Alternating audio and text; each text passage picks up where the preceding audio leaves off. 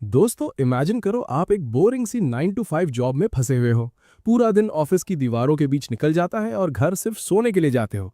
पर एक दिन अचानक आपकी आंख खुलती है और आप एक 2 साल के नन्हे से बच्चे के शरीर में होते हो। हमारा प्रोटैगनिस्ट वैन के साथ बिल्कुल यही होता है। वो होश में आते ही हैरान रह जाता है कि उसके हाथ इतने छोटे क्यों हैं। बिना वक्त गवाए वो पूरे कमरे में दौड़ने लगता है ये समझने के लिए कि आखिर ये हो क्या रहा है। वो सीधा खिड़की की तरफ भागता है और बाहर का नजारा देखकर उसकी आंखें फटी की फटी रह जाती हैं। एक शानदार मिडीवल कासल और एक पूरा शहर उसके सामने था। तभी उसकी मेड टिल घबराते हुए अंदर आती है। उसे लगता है कि वैन शायद खिड़की से बिना पैराशूट के स्काई डाइव करने का प्लान बना रहा है। वो उसे तुरंत नीचे उतारती है और डांटती है कि वहां खड़ा होना डेंजरस है। वैन बड़े आराम से कहता है कि वो बस सीनरी देखकर इतना खो गया था कि खुद को रोक नहीं पाया। टिल बेचारी शॉक में आ जाती है क्योंकि एक 2 साल का बच्चा इतनी फ्लुएंट इंग्लिश कैसे बोल रहा है। इस उम्र में तो इसे स्किबिडी टॉयलेट और फोर्टनाइट वाला ब्रेन रॉट देखना चाहिए था। जीनियस और रीइंकारनेशन। तभी वैन को धुंधली सी यादें आने लगती हैं कि वो पहले भी यहाँ रह चुका है। वो सोचा थोड़ा रिकैप कर ही लिया जाए, तो वो टिल को बताता है कि उसका नाम वैन नेफर्टियो है और उसके पिता मार्किस जाउपा है। यही नहीं, उसे अपने तीनों बड़े भाइयों के नाम भी याद है। टिल को लगता है कि भाई ये बच्चा तो न्यूटन का दूसरा रूप है। ब्रेकफास्ट का वक्त होता है और तीन तीन मेड्स वैन को घेर लेती हैं उसे खाना खिलाने के लिए, क्योंकि वो है ही इतना क्यूट। वैन को ये अटेंशन काफी पसंद आ रही है। भले ही शरीर बच्चे का है पर दिमाग तो वही मिडिल एज्ड ठरकी वाला है ना। अचानक वैन के पिता जाउपा अपने बेटों से उनके दिन भर के प्लान्स पूछते हैं। बाकी सब तो अपनी पढ़ाई लिखाई के बारे में बताते हैं। फिर जाउपा वैन की तरफ मुड़ते हैं और पूछते हैं कि उसका क्या प्लान है। वैन बड़े सीरियस होकर जवाब देता है कि उसे अभी कुछ नहीं पता, इसलिए वो बेसिक्स से शुरू करेगा और अपने देश की हिस्ट्री और कल्चर को समझेगा। उसके भाई तो उसे ऐसे बोलते देख दंग रह जाते हैं, पर जाउपा जोर से हंसते हैं कि उन्होंने अपने सबसे छोटे बेटे को अंडर एस्टिमेट किया। उन्हें लगता है कि वैन उनकी और उनकी स्वर्गीय पत्नी की तरह फायर मैजिक में माहिर निकलेगा और उन्हें उससे काफी उम्मीदें हैं। वैन जानता है कि इस दुनिया में अलग अलग मैजिक एलिमेंट्स हैं, पर नोबल्स सिर्फ उन 4 एलिमेंट्स यानी कि फायर, वाटर, विंड और अर्थ को पसंद करते हैं जिनमें ऑफेंसिव पावर ज्यादा हो। बाकी सबको तो बेकार समझा जाता है और उसके बाकी भाइयों के पास उन 4 में से ही एक एक एलिमेंट है। The hard path of a prodigy. उसी दिन बाद में टिल उससे देश के बारे में सीखता है। वो ये जानकर काफी एक्साइटेड होता है कि यहाँ कितनी सारी इंटेलिजेंट स्पीशीज हैं। टिल उसे बताती है कि वही पुराने एल्व्स, ड्वार्व्स और बाकी सब हैं, पर दूसरी मेट्स कहती हैं कि बच्चे को ये सब समझ नहीं आएगा। वैन उन्हें इग्नोरेंट बिचेस बोलकर इग्नोर करता है और टिल से मैजिक टूल्स के बारे में पूछने लगता है। टिल उसे मैजिक क्रिस्टल्स और रॉक्स के बारे में बताती है जो मैजिक स्टोर कर सकते हैं। जब वैन अभी सिर्फ बेसिक्स ही समझ रहा होता है, तभी पुराना बटलर एस्पर्टा उसके सामने किताबों का ढेर लगा देता है। वो कहता है कि प्रॉपर एजुकेशन शुरू करने से पहले ये देखना जरूरी है कि उसे कितना आता है। वैन उसकी डरावनी मूछों यानी कि मुस्टैच को देखकर थोड़ा घबरा जाता है और कहता है कि उसे पढ़ना तो नहीं आता पर थोड़ी बहुत मैथ आती है। बटलर एकदम बेसिक सवाल पूछता है, 3 + 5 कितने होते हैं? जब वैन बिना उंगलियों पर गिने जवाब दे देता है तो बटलर इतना इंप्रेस हो जाता है कि वो खुद उसे पढ़ाने का फैसला करता है। वैन समझ जाता है कि अब उसकी बैंड बजने वाली है और होता भी वही है। एस्पर्टा उसे सुबह से शाम तक पढ़ाता है, पर इसका फायदा ये होता है कि वैन सिर्फ कुछ ही हफ्तों में लिखना और पढ़ना सीख जाता है। Swords, skills and social status. वक्त गुजरता है और जब वैन 4 साल का होता है तो उसकी स्वर्ड्समैनशिप ट्रेनिंग शुरू होती है। उसका पहला पार्टनर टिल होती है जो ऐसे डॉज करती है जैसे उसे वैन की लकड़ी की तलवार से एलर्जी हो। एक भी शॉट ना मार पाने की वजह से वैन घुटनों के बल गिर जाता है और टिल उसे चढ़ाती है कि वो जीत गई। वैन गुस्से में उसके पीछे भागता है, पर बाकी जलन वाली मेड्स टिल को पकड़ लेती हैं क्योंकि उनके हिसाब से वो एक नोबल की बेइज्जती कर रही हैं। वो वैन से कहती हैं कि उसे सजा दो, पर वैन कहता है कि कोई बात नहीं। पर मेड्स की सुई वहीं अटकी रहती है, तो वैन बस टिल के माथे पर एक हल्का सा फ्लिक करता है और कहता है कि लो, इंसाफ हो गया। अगले 1 साल तक वैन तलवारबाजी पर फोकस करता है। 5 साल की उम्र तक वो सीनियर स्टूडेंट्स को भी हरा देता है, क्योंकि वो तो बेचारे बच्चे हैं और ये एक मैच्योर दिमाग वाला आदमी। बाकी स्टूडेंट्स हैरान है कि वैन ना सिर्फ कॉम्बैट में जीनियस है, बल्कि उन जैसे लोअर स्टेटस वाले लोगों के साथ भी कितना तमीज से पेश आता है। तभी नाइट कमांडर का डेप्यूटी डी वहां आता है और वैन के हाथ चेक करता है। वो देखता है कि वैन के हाथ बहुत स्मूथ है, कोई निशान यानी कि कैलिसेस नहीं है, तो वो हैरान होता है कि बिना प्रैक्टिस के ये इतना अच्छा कैसे हो गया। वैन बताता है कि वो पढ़ाई में इतना बिजी रहता है कि ट्रेनिंग का वक्त ही नहीं मिलता। तब डी मजे मजे में बता देता है कि मार्किस ने ही एस्पर्टा को ऑर्डर दिया था कि वैन की पढ़ाई को 3 गुना मुश्किल कर दिया जाए। वैन के लिए ये एक शौक था, पर अब उसे समझ आया कि उसकी क्लासेस इतनी लंबी क्यों थीं। डी उसे ऑफर करता है कि अगर वो चाहे तो वो मार्किस से बात करके उसकी पढ़ाई कम करवा देगा ताकि वो देश का सबसे बड़ा स्वॉर्ड्समैन बन सके। वैन कहता है कि उसे दोनों चीजें करनी है, तो डी उसे खुद ट्रेन करने का फैसला करता है। वो कहता है कि वो बच्चा समझकर उस पर रहम खाएगा, पर यह किसी पॉलिटिशियन के वादे से भी बड़ा झूठ था। The outside world calls. D की ट्रेनिंग बहुत ही खतरनाक थी। पर फिर भी वैन अपनी इस नई जिंदगी को एंजॉय कर रहा था। एक और साल बीत गया और अब 6 साल का वैन पूरे इलाके में एक जीनियस के नाम से जाना जाता था। पर किताबों और तलवार के बीच रहकर वो थक गया था। तो एक दिन वो टिल से कहता है कि उसे बाहर जाना है। टिल उसे 2 नाइट्स के साथ मार्केट ले जाती है। वैन अलग अलग तरह की शॉप्स देखकर बहुत खुश होता है। तभी उसकी नज़र एक बड़ी सी बिल्डिंग पर पड़ती है। टिल बताती है कि ये मैरी चेंबर ऑफ कॉमर्स है, जो पूरे देश की सबसे बड़ी कंपनी है। वैन को समझ आता है कि ये इस दुनिया का वॉलमार्ट है। अचानक वो देखता है कि एक आदमी एक गंदे से बच्चे को घसीट रहा है। वो आदमी वैन को कहता है कि इधर मत देखो, कोई तमाशा नहीं चल रहा। ये सुनते ही वैन के नाइट्स अपनी तलवारें निकाल लेते हैं उस आदमी का सर कलम करने के लिए जिसने एक नोबल की इंसल्ट करने की जुर्रत की। भाइयों, वैन उन्हें तुरंत रोक लेता है और उस आदमी से पूछता है कि वो उस बच्चे को ऐसे घसीटकर कहाँ ले जा रहा है। वो घमंडी आदमी बड़े होश में जवाब देता है कि वो अपने ही बेटे को स्लेवरी में बेचने जा रहा है और कोई उसे रोक नहीं सकता।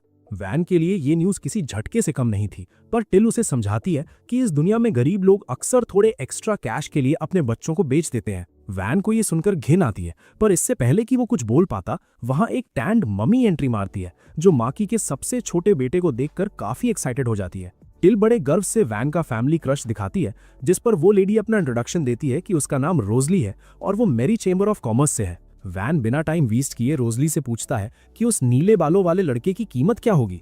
रोजली एक नजर उस बच्चे पर डालती है और उसके बाप से पूछती है कि क्या इसके पास कोई मैजिक एट्रीब्यूट है। बाप जवाब देता है कि इसके पास चोरी करने वाला मैजिक है।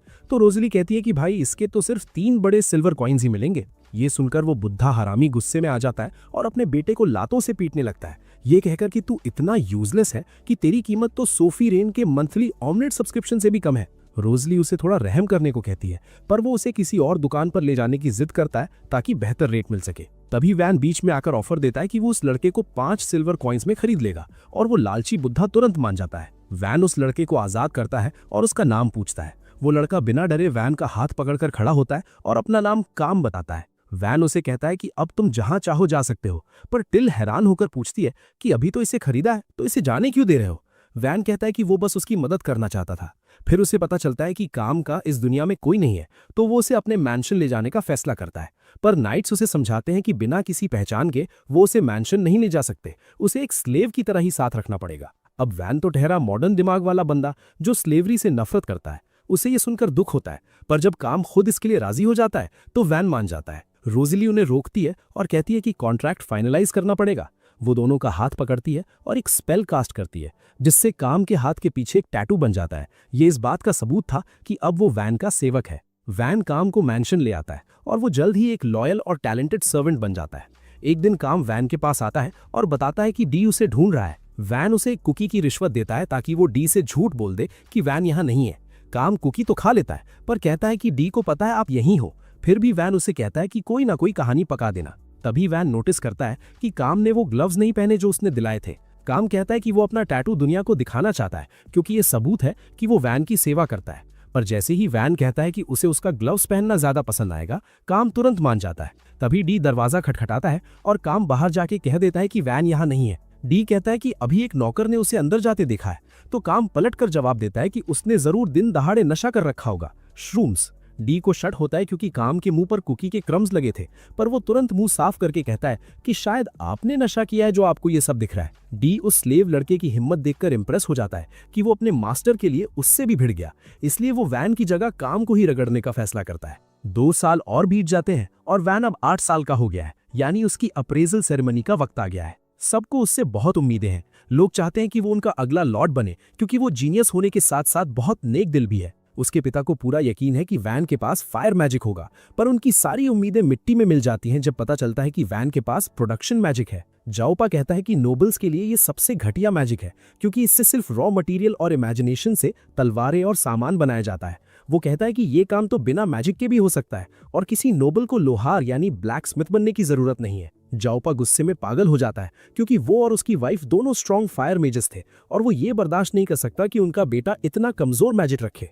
वो अपनी तलवार निकाल लेता है और कहता है कि उसे ये गलती पहले ही सुधार लेनी चाहिए थी। वैन डर के मारे जम जाता है, पर इससे पहले कि उसके पिता उस पर हमला करे, उसका सबसे बड़ा भाई मीरसिया बीच में आ जाता है। वो सुझाव देता है कि उनके टेरिटरी में एक पिछड़ा हुआ गांव है जो अभी तक डेवलप नहीं हुआ, तो क्यों ना वैन को वहां का लॉर्ड बनाकर भेज दिया जाए। जाओपा वजह पूछता है तो मीरसिया बताता है कि उस नेमलेस गांव में सिर्फ 100 लोग हैं, वहां कुछ भी नहीं है, और उत्तर में पहाड़ों पर खतरनाक मॉन्स्टर्स हैं। साथ ही पड़ोस में दूसरे नोबल की जमीन है और दुश्मन किंगडम जेलेनेटा भी वहीं पास में है। जाओपा को ये प्लान पसंद आता है क्योंकि वो गांव नया है और वहां के लोग उनके लॉयल नहीं है, तो अपने परिवार के किसी सदस्य को भेजना एक अच्छा फैसला होगा। वो मीर्सिया की तारीफ करता है कि उसने अपने परिवार के इस कलंक का एक सही उपयोग ढूंढ लिया और वैन को तुरंत निकलने का ऑर्डर देता है। सबके जाने के बाद मीर्सिया वैन से माफी मांगता है कि उसने इतनी मुश्किल जगह उसे भेजा, पर वो उसे अपने पिता के हाथों मरने से बचाना चाहता था। वैन उसे जान बचाने के लिए थैंक यू कहता है और मीर्सिया वादा करता है कि वो वैन की हर संभव मदद करेगा। वैन अपनी पैकिंग शुरू करता है और टिल मार्किस पर काफी गुस्सा होती है, पर वैन कहता है कि वो एक्चुअली खुश है क्योंकि वहां उसे काफी फ्री टाइम मिलेगा। जब सामान कैरेज में लोड हो रहा होता है, वैन सोचता है कि उसके पिता ने उसे कोई नाइट नहीं दिया और मीर्सिया को गार्ड्स हायर करने पड़े। पहले सिर्फ काम को साथ जाने की इजाजत थी, पर मीर्सिया की वजह से अब टिल भी साथ जा रही है। अचानक डी वहां आता है और कहता है कि वो भी साथ चल रहा है ताकि वैन की ट्रेनिंग पूरी कर सके। वैन बिल्कुल नहीं चाहता कि डी चले और कहता है कि पिता ने मना किया है। डी कहता है कि उसे ऐसी कोई खबर नहीं मिली और वो अपने साथ 2 और नाइट्स भी लाता है। यही नहीं, बटलर एस्पार्ता भी वहां आ जाता है और बताता है कि उसने मैंशन से अर्ली रिटायरमेंट ले ली है और अब वो वैन के साथ चलकर उसे पढ़ाना जारी रखेगा। जैसे ही कैरेज आगे बढ़ना शुरू करती है, वैन थोड़ा उदास महसूस करता है क्योंकि उसके बाप ने उसे इतनी खुफिया तरीके से शहर से निकाला है कि वो अपना फैमिली क्रेस्ट तक यूज नहीं कर सकता। पर भाई ट्विस्ट तो देखो, पूरा शहर उसे विदा करने के लिए इकट्ठा हो गया है क्योंकि नाइट्स ने बड़े बड़े बैनर्स उठा रखे हैं जिन पे लिखा है कि वैन जा रहा है।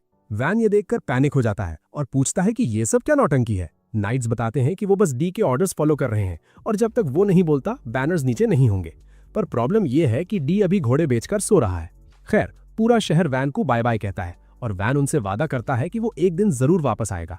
थोड़ी देर बाद वैन एक छोटी सी लकड़ी की टहनी यानी ट्विग उठाता है और अपना प्रोडक्शन मैजिक यूज करके उसे एक असली तलवार में बदल देता है। अब भाई वुड को मेटल में बदलने के लिए पता नहीं कौन सा न्यूक्लियर रिएक्शन लगता होगा, पर हमारा प्रोटैगनिस्ट तो जीनियस है ना। काम और टिल ये देखकर दंग रह जाते हैं और वैन कहता है कि वो बस ये चेक कर रहा था कि इस बेकार कहे जाने वाले मैजिक का कोई ढंग का यूज है या नहीं। तभी टिल बताती है कि वो गांव के पास पहुंच गए हैं। वैन एक्साइटमेंट में काम से कहता है कि अगर उसे गांव की जिंदगी पसंद ना आए तो वो वापस मैंशन जा सकता है। वो उसका स्लेव कॉन्ट्रैक्ट खत्म करने को भी तैयार है और कहता है कि वो मिर्सिया की सेवा कर सकता है जो उसका ख्याल रखेगा। काम तुरंत बना कर देता है और कहता है कि वो वैन की सेवा करने की कसम खा चुका है और आखिरी दम तक उसके साथ रहेगा। वैन थोड़ा ऑकवर्ड फील करता है क्योंकि ये तो किसी प्रपोजल जैसा साउंड कर रहा था और पिछली लाइफ में तो उसे ऐसा कुछ कभी सुनने को मिला नहीं। अचानक कैरेज जोर से झटका खाती है और रुक जाती है। वैन खिड़की से बाहर झांक कर देखता है कि माजरा क्या है। एक नाइट बताता है कि आगे लफड़ा हो गया है, गांव पर बैंडिट्स ने हमला कर दिया है। वैन तुरंत मीटिंग बुलाता है। डी बताता है कि ये बैंडिट्स लड़ने में माहिर है और बेचारे गांव वाले उनका मुकाबला नहीं कर पाएंगे। टोटल 50 बैंडिट्स हैं और भले ही एक मोटी लकड़ी की दीवार उन्हें अंदर आने से रोक रही है, पर वो बाहर से तीर चलाकर लोगों को मार रहे हैं। डी कहता है कि अगर वो सब मिलकर लड़े तो बैंडिट्स को भगा सकते हैं, पर एडवेंचरर्स का लीडर ऑर्थो साफ मना कर देता है। उसका कहना है कि उसका काम सिर्फ वैन को गांव तक पहुंचाना है और वो अपने लड़कों को ऐसी खतरनाक लड़ाई में नहीं झोंकेगा जहां उनका पलड़ा हल्का हो। डी आर्ग्यू करता है कि ये लोग वैन की प्रजा बनने वाले हैं, तो उन्हें बचाना उनका फर्ज है। ऑर्थो ताना मारता है कि ये नोबल वाली बातें आपको शोभा देती हैं, पर हम एडवेंचरर्स हैं और हम पे ये लॉजिक काम नहीं करता। डी के पास इसका कोई जवाब नहीं होता, तो वो ऑर्थो से कहता है कि वो वैन की रक्षा करे, जबकि वो और उसके नाइट्स बैंडिट से भिड़ेंगे।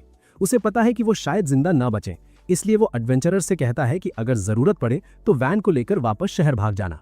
लेकिन एस्पार्ता इस बेवकूफी भरे प्लान को रिजेक्ट कर देता है।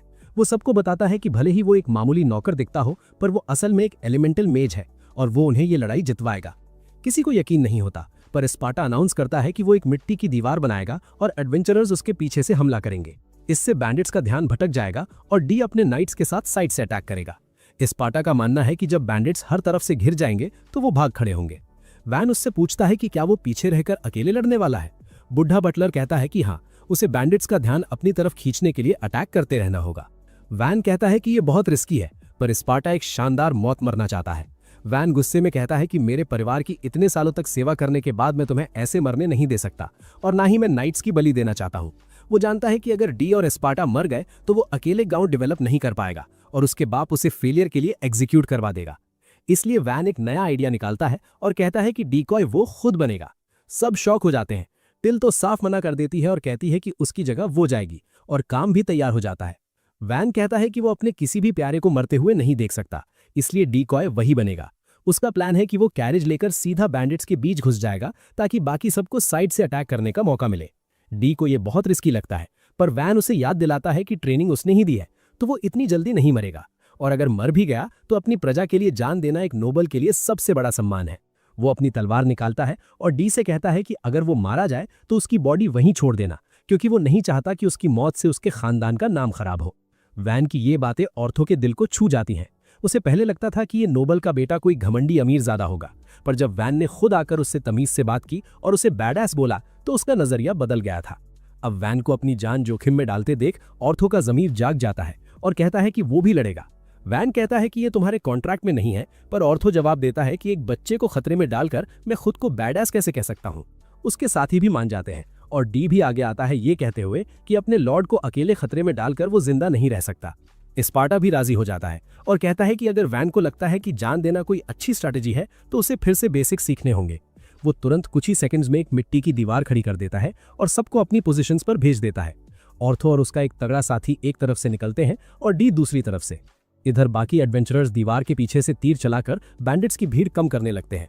बैंडिट्स का लीडर उन्हें दीवार के पीछे वाले लोगों पर अटैक करने का ऑर्डर देता है। तभी डी वहां तूफान की तरह आता है और एक साथ कई बैंडिट्स को साफ कर देता है। ऑर्थो और नाइट्स भी हमले में शामिल हो जाते हैं। माहौल इतना डरावना हो जाता है कि जब डी अपनी मेनेसिंग ऑरा निकालता है तो बैंडिट्स की डर के मारे पैंट गीली हो जाती है और वो भागने लगते हैं। बैंडिट लीडर समझ जाता है कि वो ऐसे नहीं जीत पाएगा, तो वो गुस्से में दीवार की तरफ भागता है। ऑर्थो सबको अलर्ट करने की कोशिश करता है पर कोई रिएक्ट नहीं कर पाता। वो साइक्लॉप्स जैसा दिखने वाला गुंडा अपनी भारी कुल्हाड़ी एक मासूम लड़के पर चलाने ही वाला था, तभी वैन एंट्री मारता है और उसे ताना मारकर उसका ध्यान भटका देता है। वैन बड़े स्वैग से उस बड़े आदमी की टांगों के बीच से निकलता है और पीछे से उसके घुटनों पर वार करके उसे जमीन पर गिरा देता है। काम भी पीछे नहीं रहता, वो छलांग लगाकर सीधा उस बैंडेड लीडर की कुल्हाड़ी को एक सीढ़ी की तरह यूज करता है और उस पर एक खतरनाक फिनिशिंग ब्लो दे देता है। कुछ ही देर में सारे बचे कुचे बैंडिट्स पकड़े जाते हैं और सबसे अच्छी बात यह थी कि वैन की टीम का एक भी बंदा नहीं मरा। ऑर्थो इस बात से काफी खुश है कि उन्हें बेस्ट पॉसिबल रिजल्ट मिला और वो कहता है कि जैसे ही पेमेंट मिल जाएगी उनका काम यहाँ खत्म हो जाएगा। पर अब वो बैन को लेकर थोड़ा क्यूरियस है। उसे बैन में एक बहुत बड़ा पोटेंशियल दिखता है, इसलिए वो अपनी टीम से पूछता है कि क्या वो यहाँ रुककर देखना चाहते हैं कि ये बच्चा इस नेमलेस विलेज का क्या करता है। उसके आधे सदस्य तो मना कर देते हैं क्योंकि उन्हें लगता है कि इस गांव में उतना पैसा नहीं है, पर उसकी कोर टीम वहीं रुकने का फैसला करती है क्योंकि उन्होंने बैन को एक्शन में देखा है और उन्हें यकीन है कि ये कोई आम बच्चा नहीं है। वो बैन में इन्वेस्ट करना चाहते हैं क्योंकि उन्हें पूरा भरोसा है कि ये लड़का एक दिन बहुत नाम कमाएगा और तब वो अपने सारे लॉयल्टी पॉइंट्स कैश कर पाएंगे। दूसरी तरफ टिल बैन को पकड़कर जोर जोर से झंझोड़ देती है क्योंकि उसने अपनी जान खतरे में डाली थी और वो कहती है कि अगली बार ऐसा कुछ हुआ तो खतरे में कूदने का काम उसका होगा। तभी डी और बाकी सब वहां आते हैं और बैन को बताते हैं कि सारे विलेजर्स गेट पर जमा हो गए हैं। वैन बड़े गर्व और उम्मीद के साथ गांव में कदम रखने का फैसला करता है, पर जैसे ही वो गांव को देखता है उसकी उम्मीद थोड़ी ठंडी पड़ जाती है क्योंकि वहां के लोग बहुत कमजोर और हालत बहुत खराब दिख रही थी। विलेज चीफ वैन का स्वागत करते हैं और उनकी जान बचाने के लिए थैंक यू कहते हैं और वैन का पहला सवाल यही होता है कि क्या इस गांव पर पहले भी हमले हुए हैं। वो बुढ़ा आदमी हाँ में सिर हिलाता है और बताता है कि इस साल ही उन पर कई बार अटैक हो चुका है।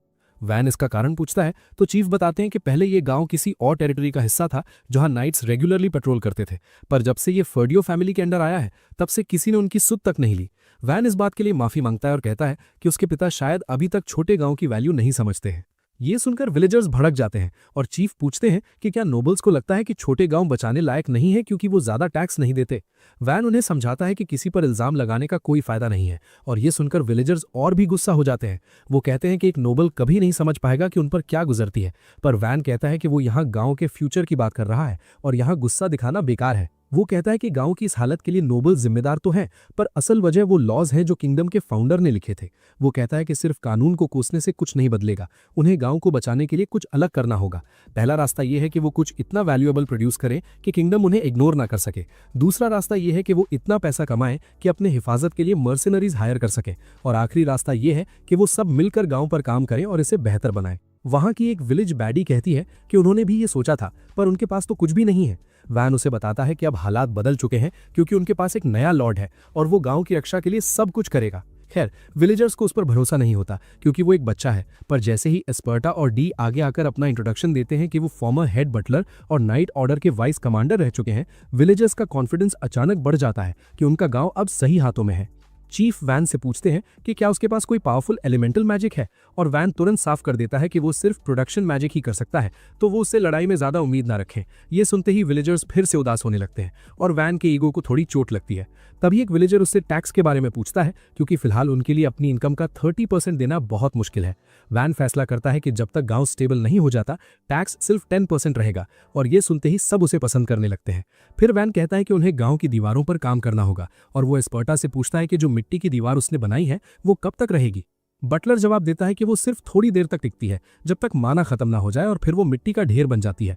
वैन डिसाइड करता है कि वो बाद में एक पक्की दीवार बनाएगा, पर फिलहाल के लिए वो एस्पर्टा को मैजिक से एक दीवार खड़ी करने को कहता है। वो पुराना बटलर तुरंत पूरे गांव के चारों तरफ एक बहुत बड़ी दीवार बना देता है, और ये देखकर सबकी बोलती बंद हो जाती है। इसके बाद वैन कहता है कि उन्हें बैंडिट्स को रोकने के लिए गड्ढे यानी पिटफॉल्स और ट्रैप्स की जरूरत है, और डी कहता है कि ये काम वो संभाल लेगा। फिर वैन विलेजर्स की तरफ मुड़ता है और कहता है कि उन्हें गांव को फिर से खड़ा करने के लिए मिलकर काम करना होगा, तभी इसे एक कामयाब जगह बनाना कोई मुश्किल सपना नहीं रहेगा। इस सब के बाद वैन जंगल जाता है ताकि अपने प्रोडक्शन मैजिक को पूरी तरह से टेस्ट कर सके। वो लकड़ी का एक छोटा सा टुकड़ा लेता है और अपने मैजिक से उसके हर एक इंच को महसूस करता है। फिर वो उस लकड़ी को बहुत बारीक धागों में बांट देता है और उन्हें एक मजबूत पैटर्न में बुनते हुए एक सॉलिड प्राइड क्यूब बना देता है। टिल और काम पूछते हैं कि ये क्या है, तो वैन बताता है कि ये एक नैनो मटेरियल क्यूब है जो बहुत ही ज्यादा मजबूत है। वो ऐसे ढेर सारे क्यूब्स बना देता है और तभी वहां से ऑर्थो और उसके दोस्त गुजरते हैं। वो उन चमकदार आरजीबी क्यूब्स को देखकर क्यूरियस हो जाते हैं। ऑर्थो पूछता है कि क्या वो एक ब्लॉक को काटने की कोशिश कर सकता है। वो एक ब्लॉक को हवा में उछालता है और अपनी पूरी ताकत से उस पर वार करता है, पर वो ब्लॉक पास के एक पेड़ से जा टकराता है और उस पर एक खरोच तक नहीं आती। ऑर्थो को अपनी आंखों पर यकीन नहीं होता, क्योंकि उसका वार पत्थर को भी काट सकता था, पर ये नैनो क्यूब ज्यों का त्यों है। इसके बाद वैन अपने मैजिक के साथ और एक्सपेरिमेंट्स करता है और सूरज ढलने तक ढेर सारे हथियार और सामान बनाता रहता है।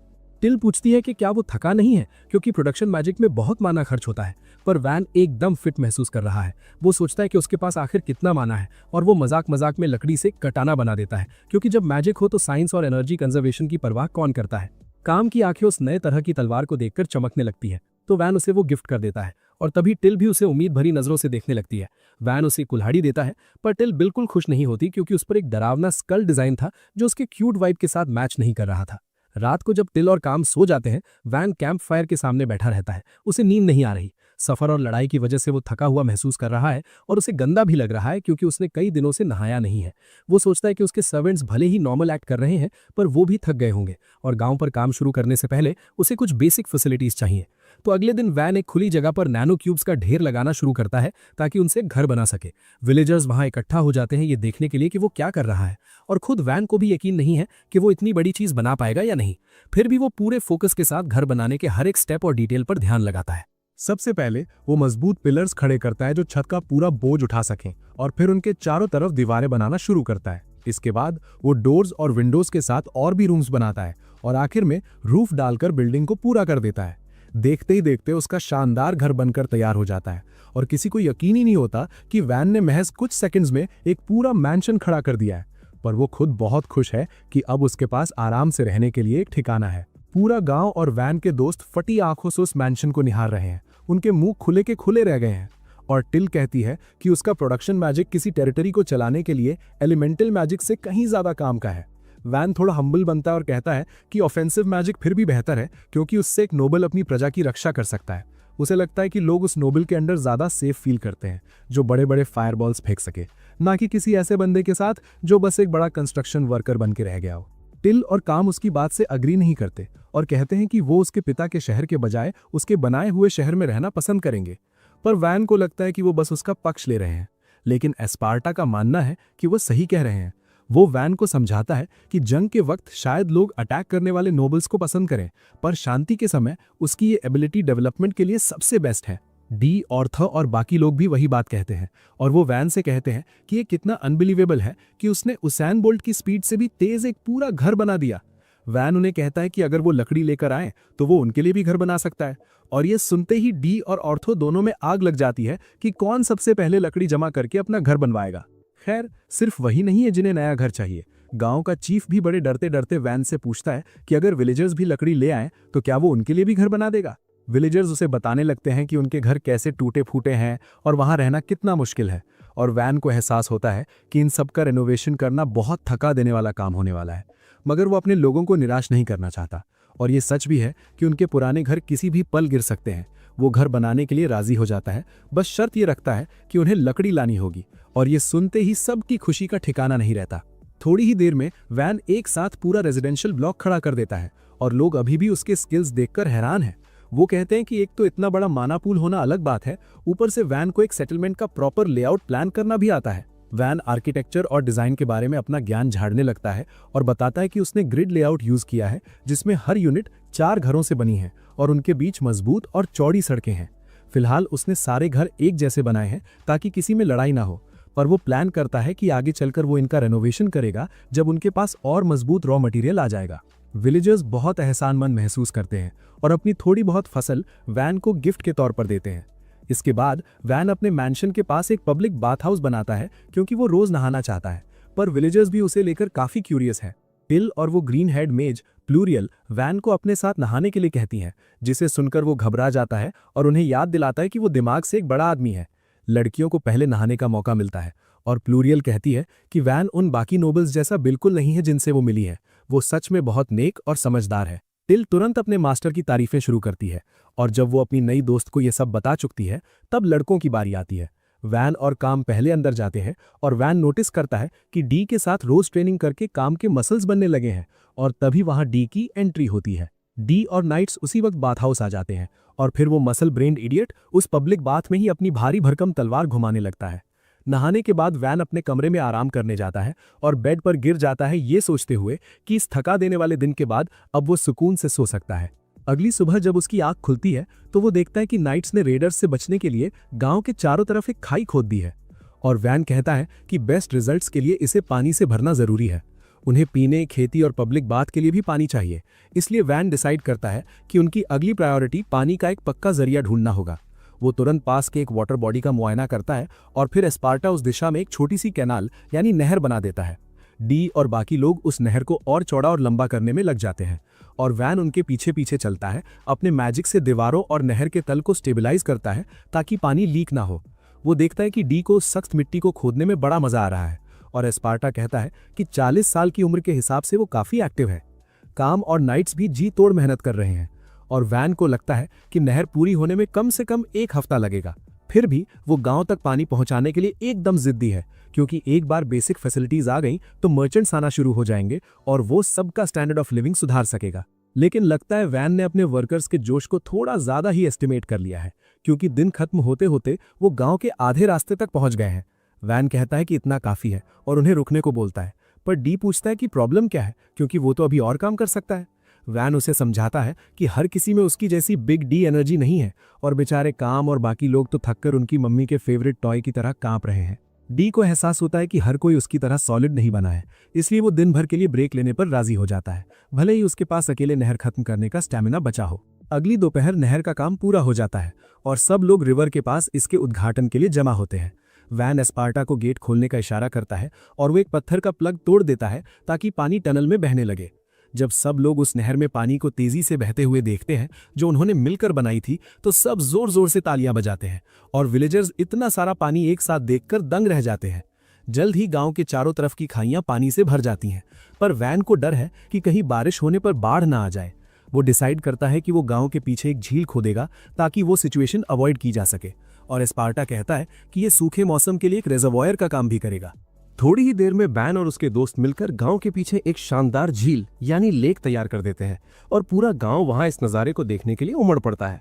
इतना सारा पानी एक साथ देखकर लोग अपनी खुशी रोक ही नहीं पाते और विलेज चीफ तो वैन का शुक्रिया अदा करते थकते नहीं है क्योंकि अब उन्हें अपने परिवार के लिए पानी भरने के लिए मीलों दूर पैदल नहीं भटकना पड़ेगा। कुछ दिनों बाद वैन गांव की दीवारों को और ज्यादा मजबूत करने का काम शुरू करता है। वो मिट्टी में पत्थर के टुकड़े मिलाता है और फिर अपने प्रोडक्शन मैजिक का इस्तेमाल करके उन्हें कॉन्क्रीट में बदल देता है। सबको अब पूरा यकीन हो चुका है कि इतनी सॉलिड और तगड़ी दीवार के होते हुए अगर बैंडिट्स ने हमला किया भी तो उनका कुछ नहीं बिगड़ने वाला। लेकिन भाई हमारा बैन अभी भी सेटिस्फाइड नहीं है।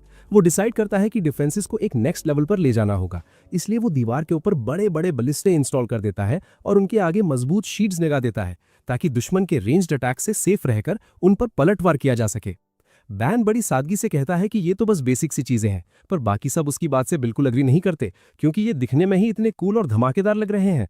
सबको लगता है कि अब किसी की हिम्मत नहीं होगी इस गांव से पंगा लेने की और एस्पार्टा तो यहां तक कह देता है कि इसे गांव कहना ही गलत है क्योंकि ये तो अभी से एक किसी मजबूत किले फोर्ट्रेस जैसा दिखने लगा है। दी कहता है कि अगर जॉपा को पता होता कि वैन ये सब करने के लायक है तो वो उसे कभी दूर नहीं भेजता और शायद उसे तुरंत अपना अगला वारिस यानी सक्सेसर घोषित कर देता। एस्पार्टा इस बात पर थोड़ा डिसएग्री करता है। उसका मानना है कि जॉपा हमेशा कॉम्बैट एबिलिटीज और लड़ने की ताकत को ज्यादा अहमियत देते हैं और वो बैन के इस अनोखे टैलेंट की कदर कभी पूरी तरह से नहीं कर पाते। दी थोड़ा चिढ़कर आर्ग्यू करता है कि बैन के पास कॉम्बैट स्ट्रेंथ की कोई कमी नहीं है और वो शायद बाहर किसी भी वॉरियर से कहीं ज्यादा ताकतवर है। एस्पार्टा पलटकर जवाब देता है कि बैन की पावर लोगों की हिफाजत करने के लिए तो बेहतरीन है, पर इससे दूसरे इलाकों को जीता यानी कॉन्कर नहीं किया जा सकता। दी इसे अपनी पर्सनल इंसल्ट समझ लेता है और कहता है कि जंग का मतलब सिर्फ ढाल और तलवार का टकराना नहीं होता, उससे कहीं बढ़कर होती है स्ट्रैटेजी। जब बैन देखता है कि ये दोनों बड़े लोग जरूरत से ज्यादा सीरियस हो रहे हैं तो वो बीच में आकर उन्हें रुकने को बोलता है। वो समझाता है कि टैलेंट और उसके इस्तेमाल पर बहस करने से उनका कोई भला नहीं होने वाला और उन्हें बस इस बात पर फोकस करना चाहिए कि जो कुछ उनके पास है उससे अपनी जिंदगी को बेहतर कैसे बनाएं। दी को अपनी गलती का एहसास होता है और वो जोर से हंसने लगता है। वो बैन की बात से सहमत होते हुए कहता है कि बैन जहां भी जाए वो एक शानदार रूलर ही बनेगा। वो पूरे कॉन्फिडेंस के साथ कहता है कि एक दिन बैन का साम्राज्य उसके बाप के इलाके को भी पीछे छोड़ देगा, पर हमारा बैन फिलहाल ब्रेकफास्ट में ज्यादा इंटरेस्टेड है क्योंकि उसे जोरों की भूख लगी है। वो टिल के बनाए हुए ब्रेकफास्ट का मजा लेता है और टिल भी खुश है कि उसे खाना पसंद आया क्योंकि उनके पास इंग्रेडिएंट्स की थोड़ी कमी चल रही है। तब बैन को रियलाइज होता है कि ये तो काफी चिंता वाली बात है और एस्पार्टा उसे बताता है कि गांव की डिफेंस सुधारना तो अच्छी बात है, पर अब उन्हें गांव की कमाई यानी इनकम के बारे में भी सोचना होगा। मर्चेंट्स के अलावा जो महीने में सिर्फ एक बार आते हैं उनका किसी से कोई कनेक्शन नहीं है। बैन जवाब देता है कि वो फर्नीचर और कटलरी का ध्यान तो खुद रख सकता है और विलेजर्स इतनी सब्जियां तो उगा ही लेता है कि सबका पेट भर सके, तो फिलहाल काम चल जाएगा। एस्पार्टा बड़े आराम से अपनी मुंछों से ऑमलेट का एक टुकड़ा साफ करता है और बैन को बताता है कि यहाँ सीजनिंग्स यानी मसालों की काफी कमी है और उनके पास वो इंग्रेडिएंट्स भी नहीं है जिनसे वो बेक डेजर्ट्स बन सकें जो बैन को इतने ज्यादा पसंद है। वैन ये सुनकर एकदम शॉक हो जाता है और तुरंत टिल की तरफ ऐसे मुड़ता है जैसे उसने उसे धोखा दे दिया हो। अब भाई डिजर्ट और मसालों के बिना लाइफ तो बेकार है, इसलिए वो डिसाइड करता है कि वो एक ऐसी स्पेशल इंडस्ट्री सेटअप करेगा जिससे इस गांव में इतना पैसा आए कि सबकी आंखें फटी की फटी रह जाएं। वो तुरंत अपनी टीम से आइडियाज मांगता है, जिस पर काम कहता है कि क्यों ना हमें नैनो क्यूब्स को बेचना शुरू करें क्योंकि ये मटेरियल तो एकदम रेवोल्यूशनरी है। लेकिन वैन तुरंत इस आइडिया को रिजेक्ट कर देता है क्योंकि इन क्यूब्स को सिर्फ वही हैंडल कर सकता है। फिर टिल कहती है कि हम मॉन्स्टर्स का शिकार करके उनके मटेरियल्स बेच सकते हैं, पर वैन इसे भी मना कर देता है क्योंकि ये काम सिर्फ नाइट्स और एडवेंचरर्स ही कर सकते हैं, आम लोग नहीं। एस्पार्टा को लगता है कि इस गांव में कुछ स्पेशल ढूंढना काफी मुश्किल है, तो वैन डिसाइड करता है कि अब उसे अपना दिमाग थोड़ा ज्यादा ही लगाना पड़ेगा। उसी दिन बाद में उसकी मुलाकात औरतों के ग्रुप के उस मोटे से बंदे फैटी से होती है। वो कहता है कि वैन, तुम्हारे सर्वेंट्स तुमसे बहुत प्यार करते हैं क्योंकि जब मैंने उनसे उनके वेपन्स दिखाने को कहा तो उन्होंने साफ मना कर दिया ताकि उनके वेपन्स खराब ना हो जाएं। वैन दोनों से थोड़ा निराश होता है और कहता है कि भाई वेपन्स तो चलाने के लिए होते हैं, अगर उन्हें बस संभाल कर रखोगे तो जरूरत पड़ने पर वो काम नहीं आएंगे। वैन उन्हें एनकरेज करता है कि अपने हथियार चलाओ। तभी वो मोटू एडवेंचरर और क्लेदर से बनी अपनी एक ढाल निकालता है। वो बड़े चौड़ में कहता है कि ये शील्ड बहुत मजबूत है और इससे वो उनके वेपन्स की पावर चेक कर सकता है, इसलिए वो उन्हें अटैक करने को कहता है। काम थोड़ा हिचकिचाते हुए मान जाता है और अपनी कटाना से उस ढाल पर एक हल्का सा टैप करता है। मिस्टर प्लस साइज्ड हंसते हुए कहता है कि ओए थोड़ा जोर तो लगाओ, ये कोई अटैक थोड़ी है। पर अगले ही पल उसकी फटकर हाथ में आ जाती है जब वो देखता है कि उसकी ढाल का एक हिस्सा कटकर नीचे गिर गया है। उसे यकीन ही नहीं होता कि उसकी इतनी महंगी ढाल एक झटके में बर्बाद हो गई। और ऊपर से वैन उसे बताता है कि वो तलवार जो मेटल की दिख रही है वो असल में सिर्फ लकड़ी वुड से बनी है। ये सुनकर वो मोटू बंदा बच्चों की तरह रोने लगता है, पर वैन तुरंत अपने मैजिक से उसकी शील्ड फिक्स कर देता है। तभी ऑर्थो वहां आता है और वैन से पूछता है कि क्या वो कुछ वैल्यूएबल ओर्स खरीदना चाहेगा। वैन देखकर दंग रह जाता है कि वो रेयर मिनरल से भरी एक पूरी गाड़ी लेकर आया है। ऑर्थो समझाता है कि गांव के पास जो पहाड़ है वो ओर्स से भरे पड़े हैं और उन्हें ज्यादा दूर जाने की जरूरत भी नहीं पड़ी। उसके पास iron ore, copper ore, silver ore है और थोड़ा सा सोना भी, पर सबसे कीमती चीज थी मिथ्रिल ओर, जिसे देखकर वैन पागल ही हो जाता है। वो हैरान है कि पहले किसी ने इन रिसोर्सेज को ढूंढा क्यों नहीं। तो ऑर्थो कहता है कि ये जगह इतनी दूर और इनकन्वीनियंट है कि किसी ने यहाँ आने की जहमत ही नहीं उठाई। इसके बाद वैन आयरन ओर पर काम शुरू करता है और उसे भी नैनो क्यूब में बदल देता है। वो मोटो एडवेंचरर ये देखकर एक्साइटेड हो जाता है और वैन से पूछता है कि क्या वो इससे तलवारें बना सकता है। वैन को उसकी शील्ड तोड़ने का अभी भी थोड़ा बुरा लग रहा था, इसलिए वो उसके लिए एक स्वॉर्ड बनाने को राजी हो जाता है। वो बंदा उससे एक शॉर्ट स्वॉर्ड और एक लॉन्ग स्वॉर्ड मांगता है। वैन पहले शॉर्ट स्वॉर्ड बनाता है और पूरे फोकस के साथ हर डिटेल इमेजिन करता है कि वो ड्यूरेबल, शार्प और दिखने में एकदम शानदार हो। वो एडवेंचरर स्वॉर्ड देखकर झूम उठता है और बाकी सब उसे घेर लेते हैं, जबकि वैन उसी डिजाइन की एक लॉन्ग स्वॉर्ड भी तैयार कर देता है। ये देखकर बाकी एडवेंचरर्स के तो होश ही उड़ जाते हैं और वो सब वैन के पीछे पड़ जाते हैं कि उन्हें भी ऐसी ही तलवारें चाहिए। लेकिन क्योंकि ओर्स वही लाए थे, वैन डिसाइड करता है कि वो सबके लिए एक एक स्वॉर्ड बनाएगा। तभी प्लूरियल कहती है कि ये तलवारें मार्केट में बहुत महंगी बिक सकती हैं। वैन सोचता है कि अगर वो मिथ्रिल से स्वॉर्ड्स बनाए तो शायद कीमत और भी ज्यादा मिलेगी। तभी एस्पार्टा वहां पहुंचता है। वो मिथ्रिल और चेक करके बताता है कि ये बहुत रेयर है और अगर ये पहाड़ों के बाहर जंगल में ही मिल गया है तो इसका साफ मतलब है कि आसपास कोई डंजन है। वो समझाता है कि अगर यहाँ डंजन मिल गया तो ये गांव रातों रात फेमस हो जाएगा और हजारों लोग रोज यहाँ आने लगेंगे। ये इकोनॉमी के लिए तो अच्छा है, पर वैन जानता है कि फिलहाल वो इतने लोगों का बोझ नहीं उठा सकते। ऊपर से उसे डर है कि डंजन के लालच में दुश्मन देश या पड़ोसी नोबल्स उन पर हमला कर देंगे। प्लूरियल कहती है कि अगर डंजन मिल गया तो वैन के पिता तुरंत नाइट्स भेजेंगे इस पर कब्जा करने के लिए। वैन दुखी होकर कहता है कि उसके पिता ने तो उसे डिसोन कर दिया है, तो अगर ये गांव इंपॉर्टेंट बन गया तो उसे फिर से कहीं और भेज दिया जाएगा। प्लूरियल अब समझ जाती है कि वैन पहले इस गांव को एक मजबूत टेरिटरी बनाना चाहता है, इससे पहले कि वो डंजन की खबर बाहर फैलाए। ऑर्थो वादा करता है कि वो उस तरफ नहीं जाएंगे जहां डंजन हो सकता है और उसके दोस्त भी मान जाते हैं। वैन उनका शुक्रिया अदा करता है कि उन्होंने इतना बड़ा राज छुपाया, भले ही डंजन ढूंढने में उनका ज्यादा फायदा होता। कुछ ही वक्त में वैन बेहतर मटेरियल से गांव का हुलिया बदल देता है, पर टिल को फिक्र है कि वो जरूरत से ज्यादा काम कर रहा है। तभी एक विलेजर भागता हुआ आता है और चिल्लाता है कि आर्मर्ड लिजर्ड मॉन्स्टर्स का एक झुंड गांव की तरफ बढ़ रहा है। वैन तुरंत सबको दीवारों के अंदर आने का ऑर्डर देता है और गेट लॉक कर देता है। विलेजर्स उन मॉन्स्टर्स को देखकर कांप रहे हैं, पर वैन उन्हें हौसला देता है कि अगर वो साथ मिलकर लड़ें तो वो किसी भी मुश्किल को हरा सकते हैं। वैन की बातों से सब मोटिवेट हो जाते हैं और कसम खाते हैं कि वो अपने गांव की हिफाजत के लिए आखिरी दम तक लड़ेंगे। वैन तुरंत उन्हें दीवारों पर जाने और बलिस्टे संभालने को कहता है। काम उसे बताता है कि ऑर्थो और उसका ग्रुप शिकार पर गए हैं, इसलिए किसी को कमान संभालनी होगी और वैन खुद अपने सिटीजन्स के साथ ऊपर जाने का फैसला करता है। पर टिल रोते हुए उसका हाथ पकड़ लेती है। वैन भले ही कोई सिंप ना हो, पर वो उसे दुख नहीं देना चाहता, इसलिए वो डी से कहता है कि वो ऊपर जाए और उसे रियल टाइम सिचुएशन बताता रहे, जबकि वो खुद जमीन पर रहकर ऑर्डर्स देगा। डी उसका ऑर्डर मानता है और तुरंत दीवार पर चढ़ता है, पर सामने का नजारा देखकर उसके भी होश उड़ जाते हैं। वो डी को बताता है कि लगभग 40 आर्मर्ड लिजर्ड्स उनकी तरफ बढ़ रही हैं और भाई उनकी ऊंचाई 8 मीटर्स के आसपास है, यानी फ्रीडम यूनिट्स में समझो तो 3 हाथी एक के ऊपर एक खड़े हों। ये देखकर डी थोड़ा घबरा जाता है, क्योंकि बड़े बड़े वेटरन नाइट्स का ग्रुप भी एक अकेली आर्मर्ड लिजर्ड को गिराने में पसीने छोड़ देता है और यहाँ उनके पास गिने चुने ट्रेन फाइटर्स ही हैं। वैन तुरंत कमान संभालता है और उसे जायंट क्रॉसबोज में लोहे के तीर आयरन एरोज लूट करने का ऑर्डर देता है और डी बिना वक्त गवाए आगे बढ़ जाता है। उसके नाइट्स उसे वार्न करते हैं कि इन लिजर्ड्स की स्किन इतनी सख्त है कि नॉर्मल हथियार उनके स्केल्स को खरोच तक नहीं पाएंगे और डी ये बात अच्छे से जानता है। वो कहता है कि अब तक उसने अपनी जिंदगी की सारी जंगें जीती हैं, पर इस बार वो अपने दिमाग की जगह वैन के दिमाग और उसके फैसले पर भरोसा करना चाहता है। वो सबको बलिस्ता लोड करने का हुक्म देता है और फिर जोर से चिल्लाता है, फायर। जैसे ही तीर लिजर्ड से टकराते हैं वो एक पल के लिए गायब हो जाते हैं और डी को समझने में थोड़ा वक्त लगता है कि जहां जहां तीर लगे हैं वहां उन मॉन्स्टर्स के शरीर में बड़े बड़े छेद हो चुके हैं। वो आर्मर्ड लिजर्ड्स इनर्शिया की वजह से कुछ सेकंड्स तक आगे बढ़ती हैं और फिर ढेर होकर जमीन पर गिर जाती हैं और पहली बार में गांव वाले 10 लिजर्ड्स को ढेर कर देते हैं। डी वैन के बनाए हथियारों की क्वालिटी देखकर दंग रह जाता है और साथ ही उन विलेजर्स से भी काफी इंप्रेस होता है, जो पता नहीं कैसे मेरे कॉल ऑफ ड्यूटी के रैंक्ड मैचेस वाले टीममेट से भी अच्छा एम कर रहे थे। वो सबको राउंड 2 के लिए तैयार होने को कहता है, पर नाइट्स बताते हैं कि अब हर बलिस्ता के लिए सिर्फ एक ही लोहे का तीर बचा है। डी कहता है कि जो है वही लोड करो और चला दो, और वो कुछ और लिजर्ड्स को मार गिराने में कामयाब हो जाते हैं, लेकिन अभी भी लगभग आधी लिजर्ड्स बची हुई थी और उनका एमो खत्म हो चुका था। डी ये खबर वैन तक पहुंचाता है और वैन तुरंत इस प्रॉब्लम का सोल्यूशन ढूंढने लगता है। तभी उसे अचानक याद आता है कि कैसे काम की लकड़ी की तलवार ने फैटी की हाई स्पेक शील्ड को मक्खन की तरह काट दिया था, और वो सोचता है कि शायद ये लकड़ी आर्मर्ड लिजर्ड्स पर भी काम कर जाए। वो डी को लकड़ी के तीर यूज करने को कहता है। नाइट्स को लगता है कि ये पागलपन है, क्योंकि लकड़ी भला उस स्टील जैसी सख्त स्किन के पार कैसे जाएगी। डी उन्हें चुप करा देता है और कहता है कि वैन ने पहले ही उन्हें कई बार गलत साबित किया है, इसलिए वो उस पर पूरा भरोसा करेगा। वो सबको विलेजर्स को लकड़ी के तीर लोड करके चलाने का ऑर्डर देता है, और हैरानी की बात यह है कि वो लकड़ी के तीर भी लिजर्ड्स के पार निकलने लगते हैं, भले ही वो बीच में अटक जाएं। खुशकिस्मती से वो तीर उनके वाइटल ऑर्गन्स तक पहुंच रहे थे और उन्हें तुरंत ढेर कर रहे थे, और अब डी समझ गया था कि उन्हें हरा पाना नामुमकिन है। वो विलेजर से कहता है कि फिर से लोड करो और फायर करो, क्योंकि आज रात सबको लिजर्ड मीट की दावत मिलने वाली है। गांव वाले उसकी बात मानते हैं और आर्मर्ड लिजर्ड्स पर तीरों की बारिश कर देते हैं, जिससे जो थोड़ी बहुत बची थी वो भी साफ हो जाती है। डी बड़े गर्व से वैन और बाकी सबके सामने अपनी जीत का ऐलान करता है और सब जोर जोर से जश्न मनाने लगते हैं। टिल वैन को जोर से गले लगा लेती है, जबकि वैन अभी भी ये प्रोसेस कर रहा है कि उसके लकड़ी के हथियार इतने खतरनाक मॉन्स्टर्स पर कैसे काम कर गए।